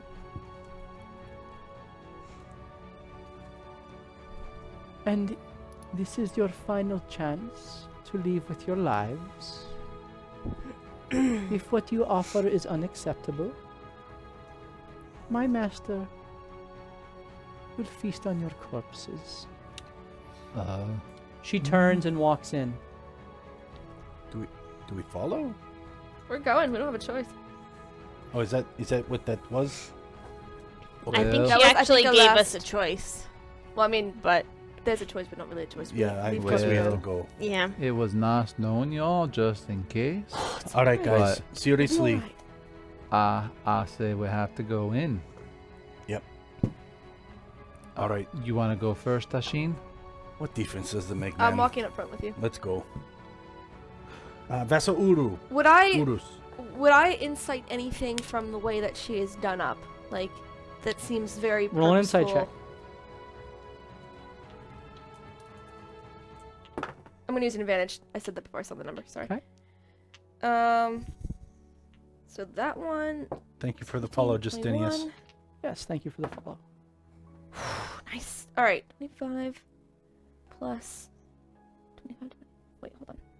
Yeah. 25 plus 32. I have a +7 insight and I guidance with a 4, and I rolled a 19 on the die. The Is my math right there? gold I think so. and ruby design of her clothing and accessories very much reminds you of the what you have heard, the emissary of they and Scarlet is what they're referred to as. I'm sorry, they in Scarlet? They in Scarlet, Okay. who has been treated like royalty when she has visited the city of Brass. What you know of this individual is that she's essentially the mouth of these dragons, and she is reputed to be a very powerful arcanist. The gold and ruby design speaks to the domain of fire, over which her master claims dominion. Oh boy, I shouldn't have said Emmix. There is a Maybe he hates him. uneasy truce or alliance between they and Scarlet and the Sultan, though they are not allies by any stretch. Neither are powerful enough, however, to remove the threat of the other. And you insight from her that you are free to follow, you are free to leave. You have not been killed, however, so that means that they would at least allow you to have an audience. It's also clear that they knew you were coming. Yeah, they've been tracking us since For sure. 4 since we days saw ago. that dragon. Yeah. Yeah. All right, we have no choice, guys. Well, Let's go. it's either this or it's the end. Let's play our parts, huh? Let's do it. Hopefully I will not clip this moment. Okay, Lumi, be with me. I would share the insights that I have with them, just in case that helps for whatever reason. Particularly the relationship with the Sultan. And Yep. So you share that some, like, that not information. allies, but same thing. You step through the open doors. Very much Luke Skywalker-esque in the Palace of Jabba the Hutt. The massive stone door kind of closes behind you with a thud as the last of you passes through. You turn back and the door is covered in flame, a wall of flame. I'm so nervous. As you step forward, you now see what looks to be a reddish marble, which glows with the heat of the embers beneath it. As you step out onto the marble, there are flows of lava underneath the floor, which seem to emit the heat. It is even more uncomfortable than, bless you, Excuse me. the normal cinder wastes, although not such that you are necessarily being harmed by it. I need everyone to roll an exhaustion check. Which is a what? Yeah, what is it? It's concentration. Constitution, sorry. Constitution save. Constellation. Constellation. Constitution save. 64. I am going to roll an advantage on this. Okay, how many do you have Sorry, left? what are we rolling? Constitution. Constitution. Yep, advantage. I have 2 left because I don't want disadvantage on like persuasion checks, etc. 23. Freaking thing. Alright, using an advantage, which means I have 1 left. Yep. Okay. 18. 18. 18. Our new name is the 18s. Apparently. Anyone roll below a 15? Are you rolling for Ray or? Roll for Ray, that is a 16 on the die, and Anthony, that is a 17 on the die. Oh, Okay. okay, we won a little bit. No one is exhausted by the intensity of the heat as We're you are greeted about 20 feet in by the vassal who seems to have turned and waited for you. She, without speaking, turns once more and begins walking, seemingly expecting you to follow. As you move forward, you are immediately struck by the immensity of this space. Think of the mines of Moria in Lord of the Rings. There are very large pillars that are carved, each one of them depicting a dragon holding up the mountain in some fashion and form. These pillars are immensely large, the size of a 4-story building. And What are they made out of? the stone of the mountain. They seem to be So carved. not like onyx or anything like that. Not made of onyx, Okay. no. Nope. And the width of this space stretches on hundreds of feet. The ceiling is upwards of hundreds of feet. The statues where the carving of the dragons end, it just is then a straight Gotcha. tower. It seems, as you travel in and look around farther, that these dragons have hollowed out this entire volcano Wow. and turned it into their place of rest and lounging. There is what looks to be gated wall made of solid gold, which does seem to keep this entryway kind of hemmed in. About 30 feet up are flames, and then beyond that you see the Golden Gate fence beyond. You approach, and the fire ceases, and the gate swings open unceremoniously as the vassal steps through.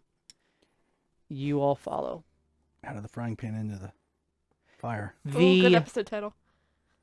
gate gives way to what looks to be an inner chamber. Think concentric circle now. You look to your right and to your left, and it seems that there is a massive ancient dragon-sized hallway that kind of extends to the right and to the left in a circular fashion, and there seem to be doors that go down. You are taken straight ahead to another door that she pauses at, and you see a flick of her hand, and what looked to be a solid stone edifice with a mural now painted of the dragons, each one of them crushing metallic dragons in their claws. One a silver, 2 golds, 1 a bronze, and 1 a platinum dragon. Worthil crushing a platinum dragon. This is bad. Can we leave? The mural disappears and reveals an opening into another antechamber. This one is the smallest that you've seen, and it's a long hallway which seems to pierce to the center. You see what looks to be a clear crystalline dome around it, and it comes to a stop underneath your feet, and it as if you are walking on magma. Think of the SeaWorld tubes through the aquarium, right? Except there is just lava flowing all about you Not happy. as you seem to be entering into the heart of this volcano. Oh gosh. After Super confident right now. after several hundred feet, You're gonna do the persuasion checks, right? there is a cascade of lava that you all come to, and the vassal, who hasn't said anything to you this whole time, she walks with her tail kind of up in the air and just kind of pointed down, itself rung with several layers of gold and pierced through with a large ruby stud kind of in the point of her tail. Dude, she's bedazzled. She kind of calls out to this cascade of lava, and she says, Kamod, they are here, as you have seen. They have chosen to enter and risk your ire. If it pleases the master, let us proceed. There is no response other than a large red clawed hand extends out into the lava, and it is about 15 feet wide. We should not be here. Okay. So was this like a lava waterfall blocking entrance and he's just catching it? As the hand extends out, you see that this is made to be intimidating. Yeah, it's working. Though it is not actually one of the dragons extending its hand. All right, this is... As if... But we don't know that. You don't know that, Right, but as if okay. sensing your thoughts, the vassal turns to you for the first time, and she says, do not mind the reproduction of Werthel's hand. Referring to the master. Reproduction. Oh. Kamod Telzek, the seer, awaits you within. I suggest you speak truth and candor, and I suggest you make your best offer. If Which you is care to live. Can we have like a team huddle for like a minute? You are here No, at no. Kamod Telzek's pleasure. Commode Telzak. Okay. Do not keep her waiting. Okay. She turns and walks back out, and there is a shimmer as the mural seems to re-engage behind you. The hand is parting the lava flow, and there is a gap of about 5 feet, which you will need to jump across to make your way. You do see a very large pedestal within, made of what looks to be steel or stone or some sturdy material. That's about all you can see within. Okay, guys. What the F do we have to offer? What can we do for these ancient dragons? If they're allied, or at least somewhat shaky, uneasy truce with the Sultan and the city of Brass, and there's currently an upheaval within the city, Yep. Is there a way that us being allowed to continue our quest would, I don't know, would it help them find a foothold in the city? Maybe help weaken the Sultan's influence? Perhaps, but that's happening without us Is that anyway. well, maybe we can help further that. What do they need done in the city? Because we're going back there anyway. Right. That would give their position strength. Do we feel good about that? I mean, we're between a rock and a hard place. We either try to kill the Sultan, or we die here to 6 ancient red dragons. Who knows if they want us to kill the Sultan? That could be something different. I wouldn't want to assume. Well, whatever it is, we don't have much of a choice. It's basically you just said, go in there and say, tell me what you want. We just say yes because right. Open check. Yeah, we're dead otherwise. Blank, baby. I think that's all we have.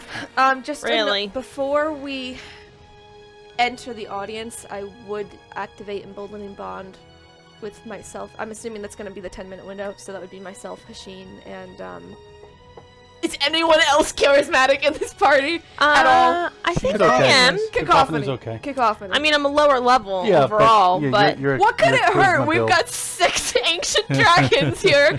If you roll below a 14, we're dead, so don't worry about it. All right, let's. Do you want to speak or do you You're want me to? done. Or both? Tag team. I think we just tag team this bitch. Alright. Let's be respectful, don't be offensively so. But let's let our I meant show. the situation's a bitch, not commode. Not at all. I know she could hear that. Yeah, is Commode a title or is like that the first part That's of a the good name? question. Kamod Telzek is her name. Commode tells So us. it's not a Kamod Kamod Telzek the Seer. The seer. Okay. All right, let's do this. Let's do it. You enter into a chamber.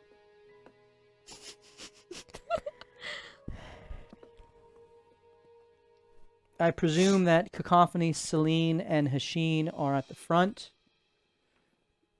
Yeah, I Yep. think so. Anthony. Gosh darn it, I need to get a new ring. Anthony and Ray are taking it all in. Anthony seems impressed, though not overly impressed. I was around when they weren't ancient red dragons. Ray is staring wide-eyed at everything.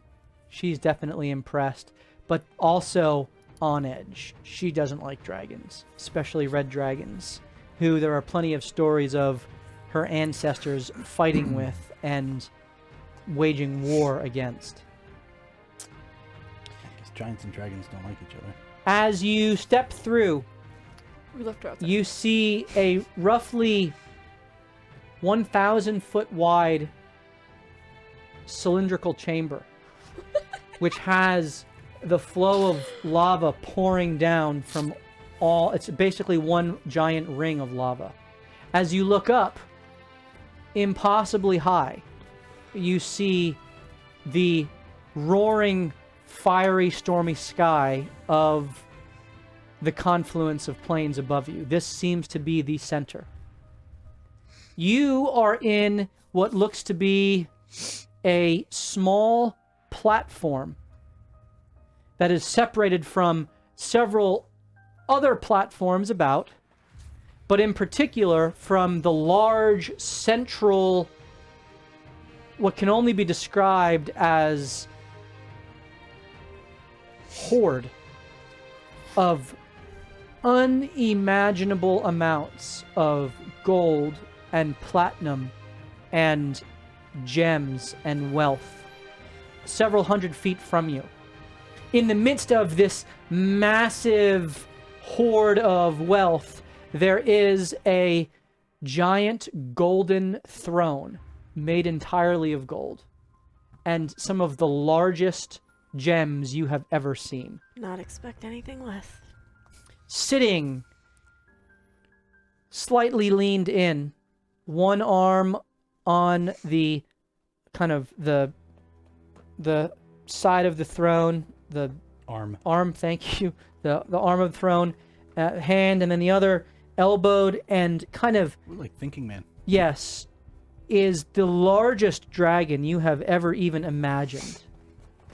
This dragon must be worthil, for it wears upon its head a golden crown and is larger than the other 6 that are seated on various thrones themselves in various places all about this 1,000-foot chamber. This is a bad idea, guys. Backtrack. Can we reload an earlier quick save? Yeah. Yeah. Was Wrong one choice. You know what? There's got to be other ways to get to the storm.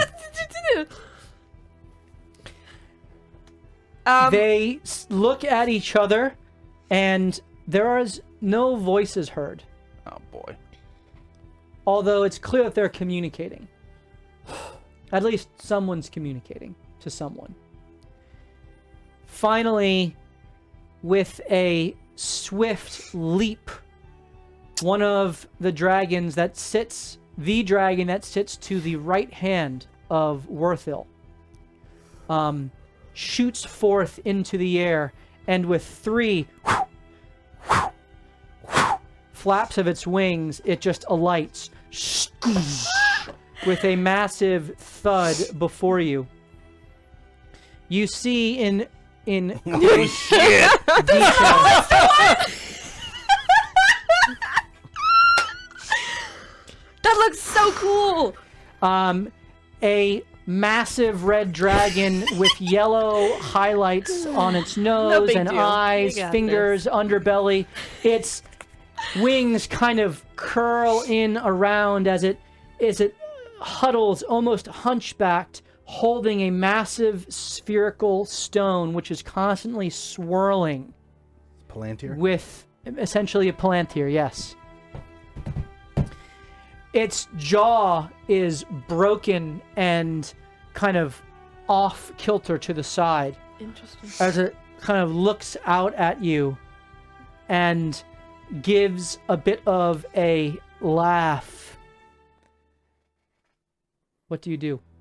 Bow. I bow immediately. Yep. We're bowing. Yeah. Bowing, bowing, In bowing. agreement. Deferential, I see. How deferential are you?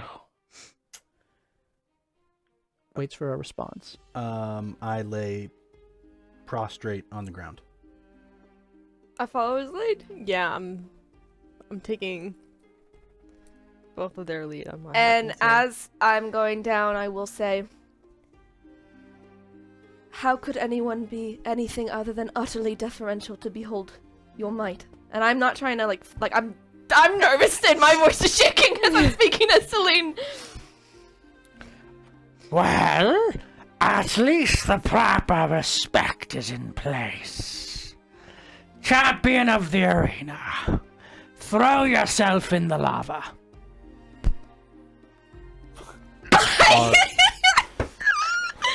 All right.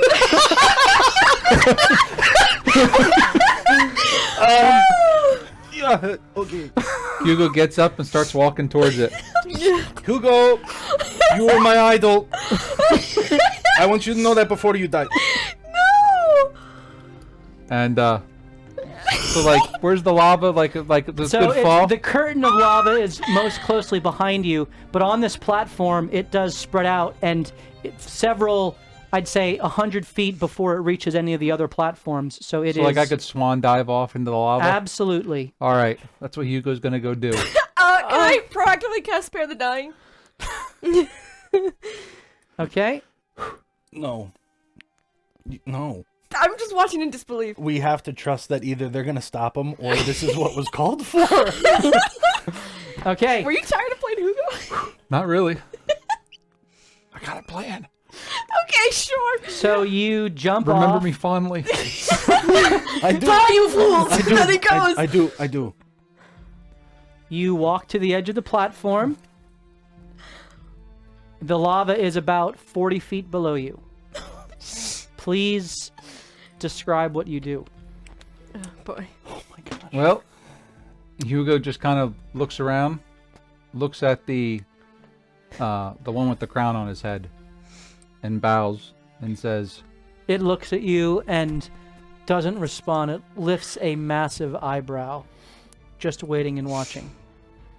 and says, "Well, so be it," and just will step off the edge. Oh my gosh. Okay, you step off and you begin flying down. The lava rushes to greet you as you plunge into it. Right before I would have done that, he would have cast Wall of Force around himself. Okay, you cast Wall of Force, and you are enclosing yourself in the Yep. 10-foot sphere. Sphere. Sure.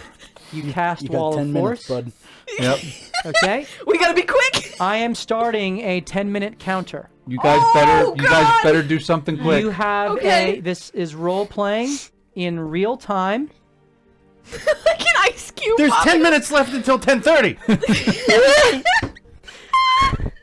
I've put my hand in lava before. It's Okay, I was like, oh, he's fine. No big deal. Maybe we'll Okay. get a bone hand. hot. So Okay, we start gotta. Oh shit. now. 10 minutes. The large creature leans back and crosses its arms, Worthil, as it kind of has a satisfied look in its face, gives a nod as the seer kind of glances out of the corner of its eye, having watched you, and looks back to you. Well, as deferential as you need to be, then. Now, what do you want before the next one goes into the lava?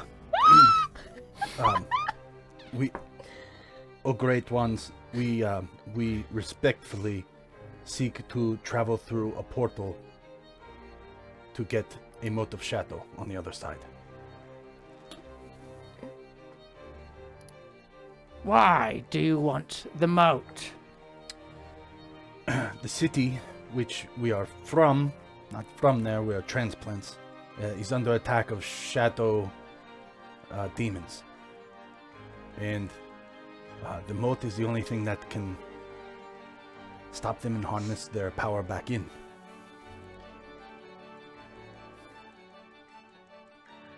Her eyes kind of glaze over for a moment as the same swirling kind of mist within the Palantir emits within her eyes. 9 minutes. I know. Are you counting all of your freaking Can you hold up erudite the phone words? so we can see it? Can you put it on the mat? Is this like chess where it's like... No, we're wasting time! Go! Describe faster, man!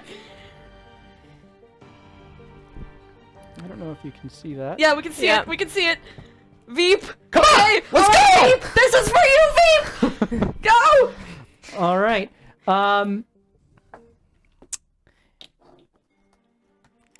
Why did you unseal the plane of water? Quite frankly, that was a mistake. We didn't mean to, but it had some positive repercussions because we didn't die. She takes a step forward, picks up Cacophony. Oh, gosh. Your hand, your body is engulfed in her hand as she picks you up. She puts 2 fingers on your head and casts a spell. Do you try to resist?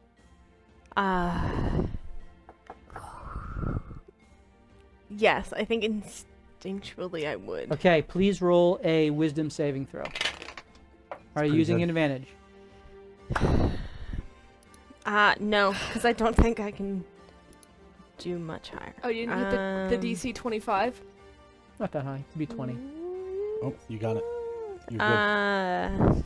Oh, she 17 plus she has 5. emboldened 22. bot too. Okay, Don't 22. use it this time, but Okay. Oh, yes. Yeah. Yes. oh, and I can get Hugo. Hugo's in it. A kenku with some grit. Fine. She just drops you. You take 10 points of Oh, bludgeoning damage. holy cow! As Your you home are is very sprawled on the beautiful. ground. Ouch. She turns to you, Celine, and with her other hand picks you up Oh, word. Here and we go. seeks to cast the same spell. Do you resist? Yeah. Roll a wisdom saving I throw. think instinctually. I'm gonna use advantage.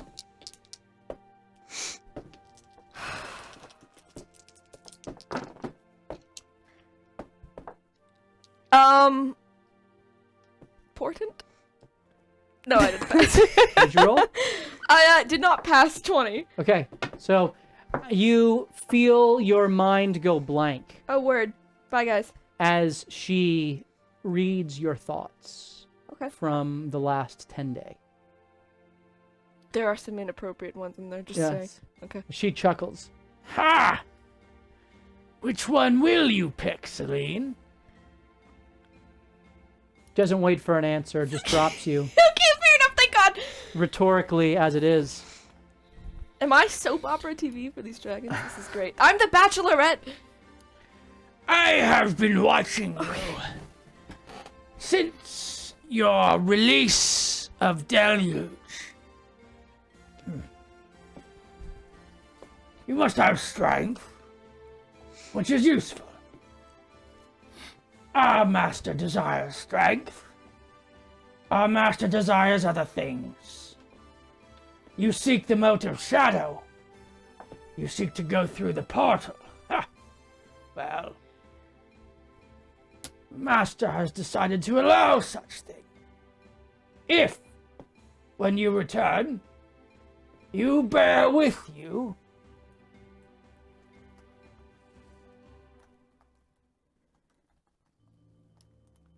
the mask.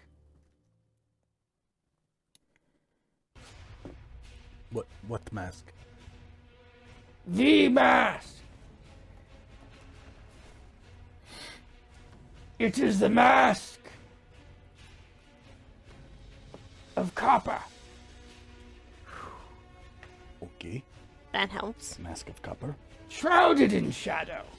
Okay. Unattached for now. My master desires it.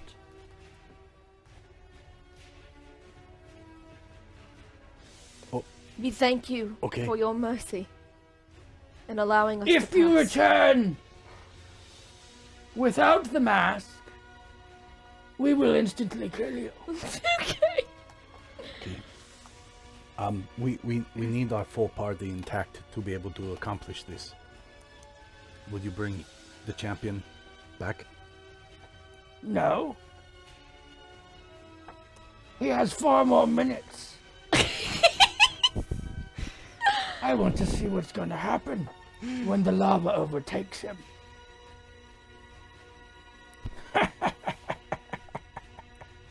Okay. Is there something else we can do for you to make that not happen? Yep, that's a good question. Yes. I want you to hit me as hard as you can. Me. Any of you. Okay. Right. All right then. Yeah, Ray's here. Snapple Ray! You take it away, Snapple Ray! You got it! So, yeah.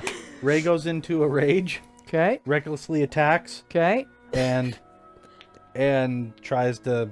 Roll with advantage. And I'm, Should she ice something? I am, blessing. have I'm ice? not concentrating. She has the ice knife. She does Yeah. have ice knife. You're casting ice knife. That's not hard really as we hitting. know. No, that's no, true. no, No, no, no. she's That's- just gonna go ham. Yeah. Okay. Okay. Hammer and just smash. Oh, like what, her pinky toe? She's. 18 on the die. Would you allow 18 me to plus? bless her? I'm not concentrating. I'm like, no, I'm Yeah, not. 18 plus whatever. Well, she's gotta Um, be like, yeah. She's probably a She- plus 10. plus. Rages and rushes up with a excitement at being able to engage with this creature, and she swings with an overhead arc her ancestral hammer as hard as she can, and it smashes into the knee of this creature, the left knee. As it does, the knee buckles and the creature kind of braces itself, and it does a bunch of damage. That's fine. Thank you for the raid, Chaotic Wonderful. And Thank the you. dragon Oh, you're a kind good of time. just laughs as she picks Ray up Oh, no. and throws her. Oh no. I need Ray to roll a dexterity save to try Does to Ray activate her boots of flying? to Yip yip. Yip, yip. Yip, yip. as she careens over the edge and begins to plummet towards the lava. You hear a yip yip as she catches herself before Reminders! hitting, and she scuttles back up into the air, flying. Does she have another attack? Pick the right person You for all this attack, watch then. as one of the dragons, the furthest to the left as you sit, immediately bursts into Oh, flame No. Oh. and swoops down Uh-oh. and That might have been the wrong catches move. Ray and smashes her into the ground and holds her there and then releases as the back of her is singed and burned. Oh, no. And Sorry, Ray. speaks out and says, You do not have permission to fly in our airspace. as the wings Balrog style kind of go to the sides and ignite as it jumps back and lands and then goes out. At that, as Ground control, it business rest. lands and Ray is kind of laying there hurt, having taken 100 points of fire and bludgeoning damage, halved. Hugo, your wall of force dissipates in a moment. What do you do? Misty Step. Misty Step. No, Misty Step, I'm 40 feet below. Misty Step twice. Didn't you I don't know if he'll let me Spider-Man do that, because... Well, can you Misty What are Step you doing, fall Hugo? Misty Step again? Like, I mean, Well, your next I gotta... round? You have to... So, because this is going to be really bad otherwise. If I would Misty Step, would I fall the 6 seconds first before I could Misty Step again, correct? You would fall back into the lava. Correct. Well, then I'm going to cast Banishment on myself. Okay? You cast Banishment on yourself. And I'm not from this plane of It is existence. counterspelled. Oh no! Cast again. Okay. Well, that's your action. Yeah, sure. As 6 seconds later. As the lava pours forth, the seer, you see, hold out her hand Oh gosh. as if whisking away a fly or a gnat that is bothering her. Her eyes continuing to be shrouded. You get the sense now that she is watching something, i.e. Hugo. And because she can see you, can counterspell you since you're within 60 feet of her. And as the lava pours in, I need to roll I don't know. 18d10. Can we convince them that he's much stronger I'm and a wondering better hit? how ballsy I am if I subtly counterspell her counterspell. Do it. Yeah, I'm gonna do that. Matt, I'm gonna try to subtly counterspell hers. Okay. Legendary reaction. Please roll for your counterspell. Oh, you better roll well. I'm gonna use advantage on this. Okay. Can I add my d4 for the emboldening? What's that work with? Everything. Then yeah. Okay.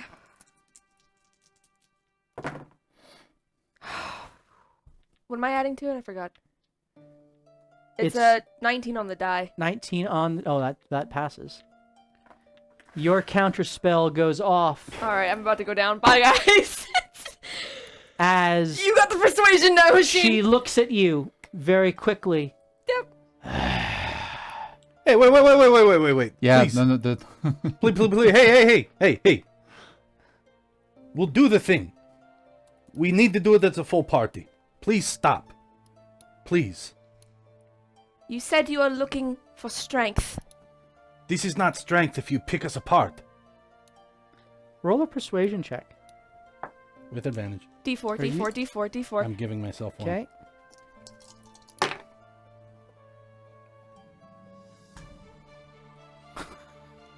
It was nonverbal badger, but 27. it doesn't matter. It's a freaking ancient dragon. I don't think it matters. 27. 27. Oh, I gotta take my sorcery point down. Hugo, your spell does not go forth, even though boy. the counterspell was counterspelled. Shit.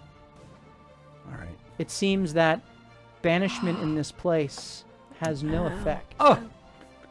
I guess that could make sense. They don't want to be banished themselves. You take 89 points of Oh! fire damage. I believe your maximum hit points are 91. 91, that's correct. I rolled it out because I didn't want to preset anything. So you are alive. You are currently submerged in lava. Oh gosh. I can't revivify However, another you person. are at the top of the lava, having cast your sphere and catching yourself kind of almost floating in the lava, if you will. So you can do see anything. I the can't sky do above anything. Can you do you. anything? You have one round to do something I else. can What talk. do you do? Spell-wise?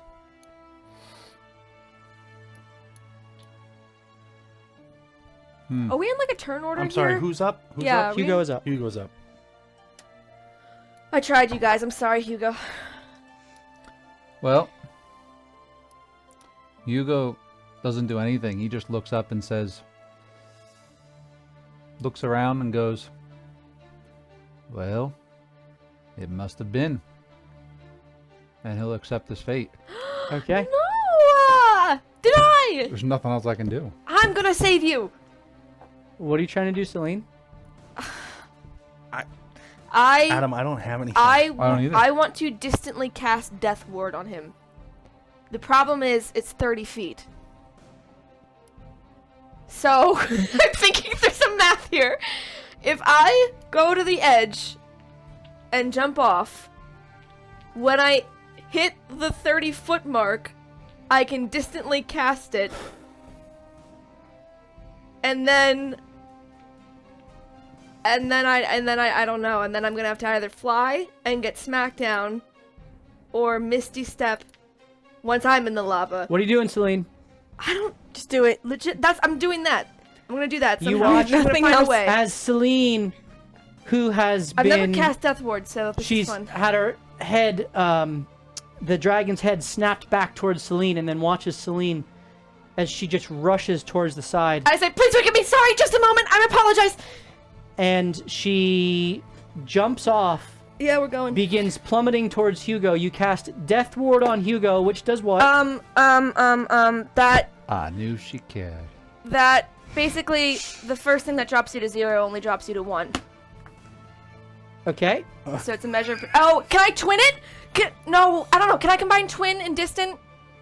You can Would do you- multiple meta magics. Okay, I'm gonna twin it on myself and Hugo, and I'm distantly casting it so that I can reach Hugo, because normally it's a touch spell. Oh wait, I have If you say something now, I'm gonna say it! I have This is the happening. the Eldritch You- Blast that pulls you 10 feet towards Alright, you. next Could turn, I, you're like, getting me. That's how we're doing attack it. you and pull you towards me? That's All a right. good one. So you jump out, you kind of jump out looking for him, you see him, you twin the Death Ward, which there are cords that go around each of your chest of Elmater, and then they turn golden and they are absorbed into each of your respective hearts as there is a Death Ward upon you. Celine, you plummet Yep, down, Yep. down, Yep. down. Yep. Are you doing, that was your action? yeah. You hit. Yep. I need to roll 18d10 fire damage for you. Yep. Can you roll low? Would that be alright? This is going to be... Did my 27 persuasion do anything here? Or Or are we not there yet? we're not there yet. This Okay. is all happening. Gotcha. I caught you, buddy. So I'm just standing there with my hands up telling them to stop. Yeah, as you stand there, Celine just darts behind you towards Hugo, and you're like, whoa, whoa, whoa, whoa, Habibi, Habibi, ah! As she just jumps off the side. Ultimately, no, that's 27. I don't want that. I want 18. Can we not roll 27 d10s, please? This one has a string. Ugh. That's 2 advantages, technically, isn't No, it? no, no. And yes, this one has a string. Oh, boy. How much do I take, man? 124. Well, yeah, so my Death Ward expires, and I'm now at You one have hit one point. hit point. Okay. Is Badger doing stuff? Yeah. He's badgering. How far is Hugo from the edge of the platform? He is about 40 feet from the edge. You're gonna drag him up 10 feet so he can. Is misty anyone step? doing anything I have- else? Celine has Should Death I do Warded that? you? And What are does that you? mean, Is he Death still Ward? standing You- enough to do anything? The first time that you would Yeah. ordinarily drop to 0, you're gonna drop to 1. Okay. Mine's out, though, Yeah, so try it. I'm like... All right. So can I try Eldritch Blast to pull him 10 feet closer? So that he can misty step the 30 feet required? Won't Eldritch Blast kill me though? No, because when you die, you'll go to 1 hit point. Well, and then if I spare the dying, you have the Defy Death thing where you get some points But back. where's Celine now? I'm Don't worry, One person at a time. Dude, Celine sucks, man. Screw her. She What do you can't do? even revive All right. someone. Eldritch Blast. Okay, you walk to 13? the edge, and you aim at Hugo. You missed on that one. Does a 13 hit you? No. Do No, it again. D4 it. Oh. Oh, you He's aren't not blade singing. He's not blade singing. No, I'm not. Here, But I, what she Oh. roll, she still can't hit me even with a 13. 4. 13. Oh. She rolled a 5 on the D4. She rolled Advantage. 16. Using your last, how many advantages do you have left? This is my last one. Okay. Oh. 5. Nope. Wait. 10. 14. Right? How many attacks do you get with it? 2 or 3? Two. 2 attacks. So did you advantage on the first one? No, the second one. So you rolled twice on the second one already? Yeah. So So a do you get 2 16 and a attacks? 14. So they both No! explode into the magma around you, and they both miss. Oh no! I can't do anything. Meanwhile, Hashin, you have reached a plea out to them. And Badger is offering strings for advantages to you all. To Cacophony and Hugo. Let's be specific. Seer kind of wryly smiles at you, Hashin. You have courage. But you're also stupid. That may be. And that's the problem with adventurers. They react too quickly without thinking through the consequences of their actions. It's totally fair. One, two. But you are right. My master agrees. If you're going to do this for us and bring us the mask, then you must be alive. She snaps her fingers, and a hand made of magma begins to lift both of you up. It So close to death. it continues to burn both of you Oh, okay. as you are spilled out onto the ground. Hugo, you go to 0 hit points. Well, he would go to He'd 1, go to right? 1. So you're still There's a up. death So you go ward. to 1. I'm out. You I'm take down. 2 death fails. Ooh. Lordy Lou. Ooh, Alrighty. Hugo, Yes. you got 2 with no strings from Oh, Renreb. Thank you, Renreb. Sweet. Hugo, I suggest you don't you have take 1 hit point, and Celine is unconscious next to you. The rest of you see this as well. What are any of you doing? Hugo would crawl over and attempt to stabilize her. Okay, roll a Cacophony. medicine check, unless anyone else is doing anything. I'm going to use an advantage. You have a D4 technically because he's in bullying bonded, and that does not 19. drop with concentration. Oh, actually, wait. I have a +3, so 22. 22. You think that you are able to bring a cooling hand to these, what is it, first degree or third, whatever the worst degree burns Third are. degree is the worst. Third degree burns. I always get that confused. I don't Burns know why. to both Why? of yourselves. Why would you have jumped in after me? She is unconscious. She doesn't hear you as Oh, you I know say that, this to yeah. her. And there is another flutter of wings.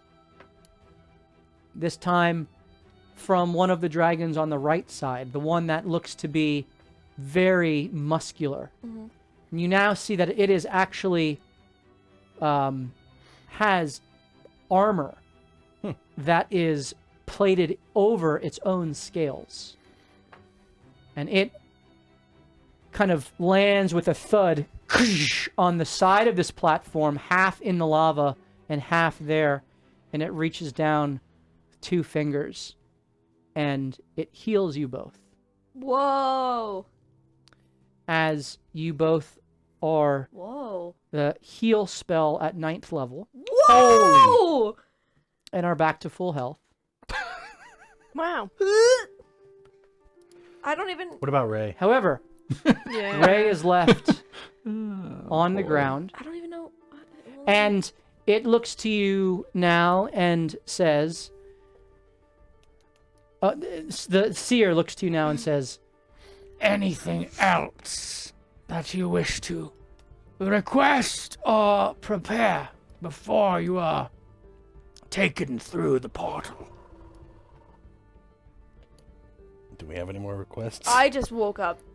Think you guys got this? Wait. I'm afraid to ask anything. So am I. Is that okay? Fine. Ray kind of gets up, breathes heavy, looks like she's about to say something, angrily as her rage is kind of wearing off. As she looks up at them and then kind of bites her tongue. Taking damage, thus keeping her rage. There you go. I guess Celine will sit up. I'm playing that out. I'm sitting up and trembling with the pain, obviously, even though the heal spell is just washed through. And we'll say, we thank you for your mercy in allowing us to live and in restoring my companion in I's health.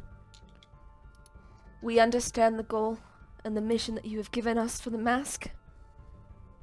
If there is anything, be it knowledge or item, that would help us accomplish this task beyond what you have already shared, we give the possibility to you to share it with us. If not, we are happy to begin.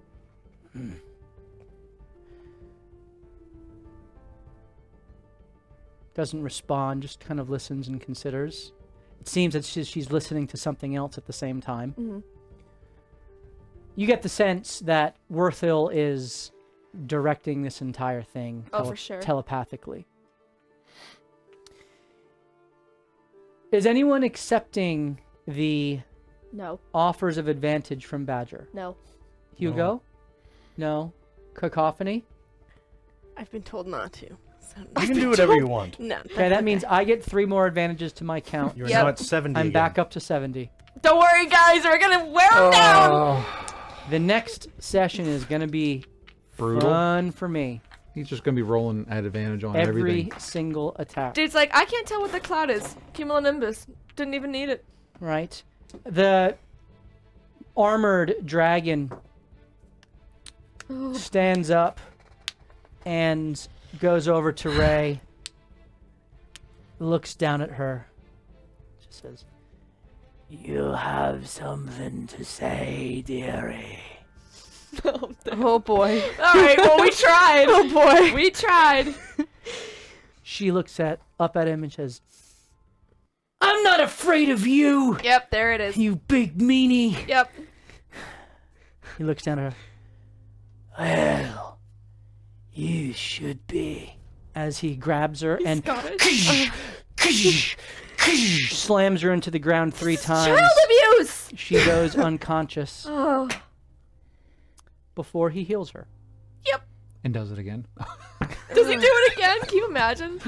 That would be. And then picks her up and holds her right up next to its muzzle, which she's about 10 feet tall, which is about the size of its mouth. And just kind of with hot, steamy breath, kind of speaks directly over her. "A can do nothing for you here, lass."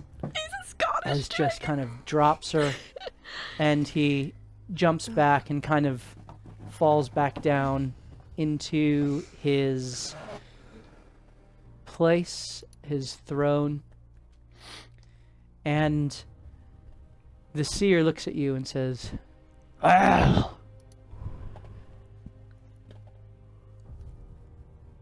they in Scarlet will accept your offer.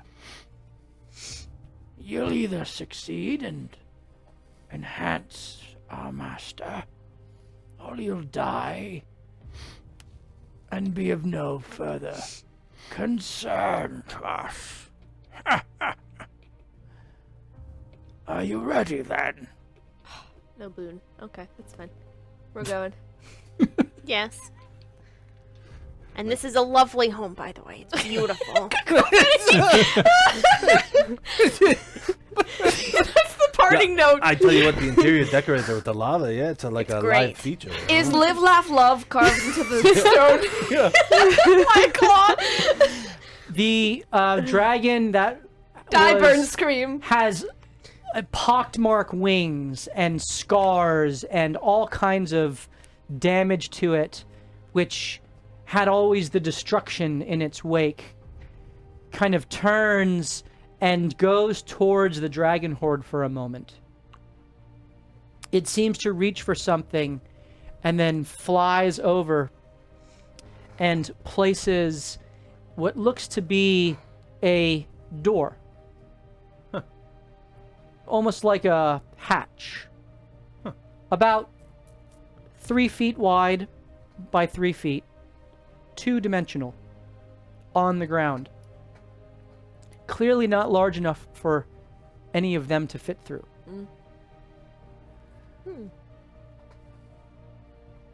He looks down, gives a huff, and just flies back. Just looks at you all like Yeah. disdainfully Yeah. as the seer kind of looks down at it. This was procured from one of those infernal gnomes. The door inside has been unlocked by a previous patron, or rather, previous. Supplicant? Yes, that's a good word. Subsequently perished, as most do. But the way to the mote of shadow lies through that door. It is a secret entrance into the palace of the Queen of Ravens. As it looks to Cacophony. I hope you don't die. For my master's sake. She reaches down with 2 delicate fingers.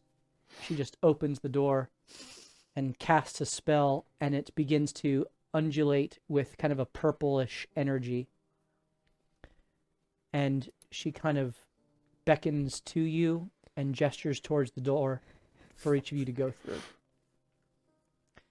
One by one, you enter through. Shoo, shoo, shoo, shoo, shoo, shoo, shoo. As you jump in, there's a very strange kind of gravity shifting sensation, and as your stomachs kind of are turned in on themselves for a moment, there is a flutter of energy as you see before you, as you're free falling, what looks to be through a massive void. As you look around, in the split second that you can take note, you see purplish gases and bluish gases around you. You see what looks to be an infinite space as you plummet through the astral plane, and you approach very, very quickly. Looks to be an open circular disc with itself having crisscrossed almost Tesla-like electrical energy. As you pass into the disc, there's another flash as you then appear on what looks to be a marble porch, patio, garden, some sort of outdoor space. You look up and the sky is a dull gray. You look out and there is a bluish, what looks to be reflective shield in the distance through what look to be broken columns and broken statues, as there are several elves all about you with shaved heads, very pale skin, some with long braids, all look very lithe and monk-like. As one turns to you, you are aware, Celine and Hugo, of the Shatterkai. You see them, and they look at you, and they draw their weapons. Shh! And that is where we will pick up our session next week. So I have 2 very important questions. Yes. 1, are Hugo and I naked? And 2, did we lose the gold that Hasheen gave us? For purposes of mechanics, you are burned, but not. You are still modestly clothed. Oh, that was gonna give me advantage on persuasion checks to make them not fight And us. you still have all of your possessions. Darn. Yeah. Okay, cool. Good. Good. Well, we're going to do our final giveaway for the evening, and thank you for sticking around. We appreciate all of the cheers and bits, which I think, how many, I think some more came in there, didn't it? So I got 3, 4, I'm over 70 now in terms of advantages. I think I'm at 75, actually. 75 advantages. Thank you, Badger, since no one accepted the advantages from him. Yikes. So, I'm going to be rolling hot next week. You guys are going to need all of your advantages. Oh, you used them. It's not like we had like 6 ancient red dragons or something. If you would like to participate in the final giveaway, you can type into the chat right now, !egg, E-G-G, !egg, for your chance to win either the blue sparkly dice or a $5 gift card to DM's Guild, your choice. !egg for your chance to win those dice. And hopefully we'll get that,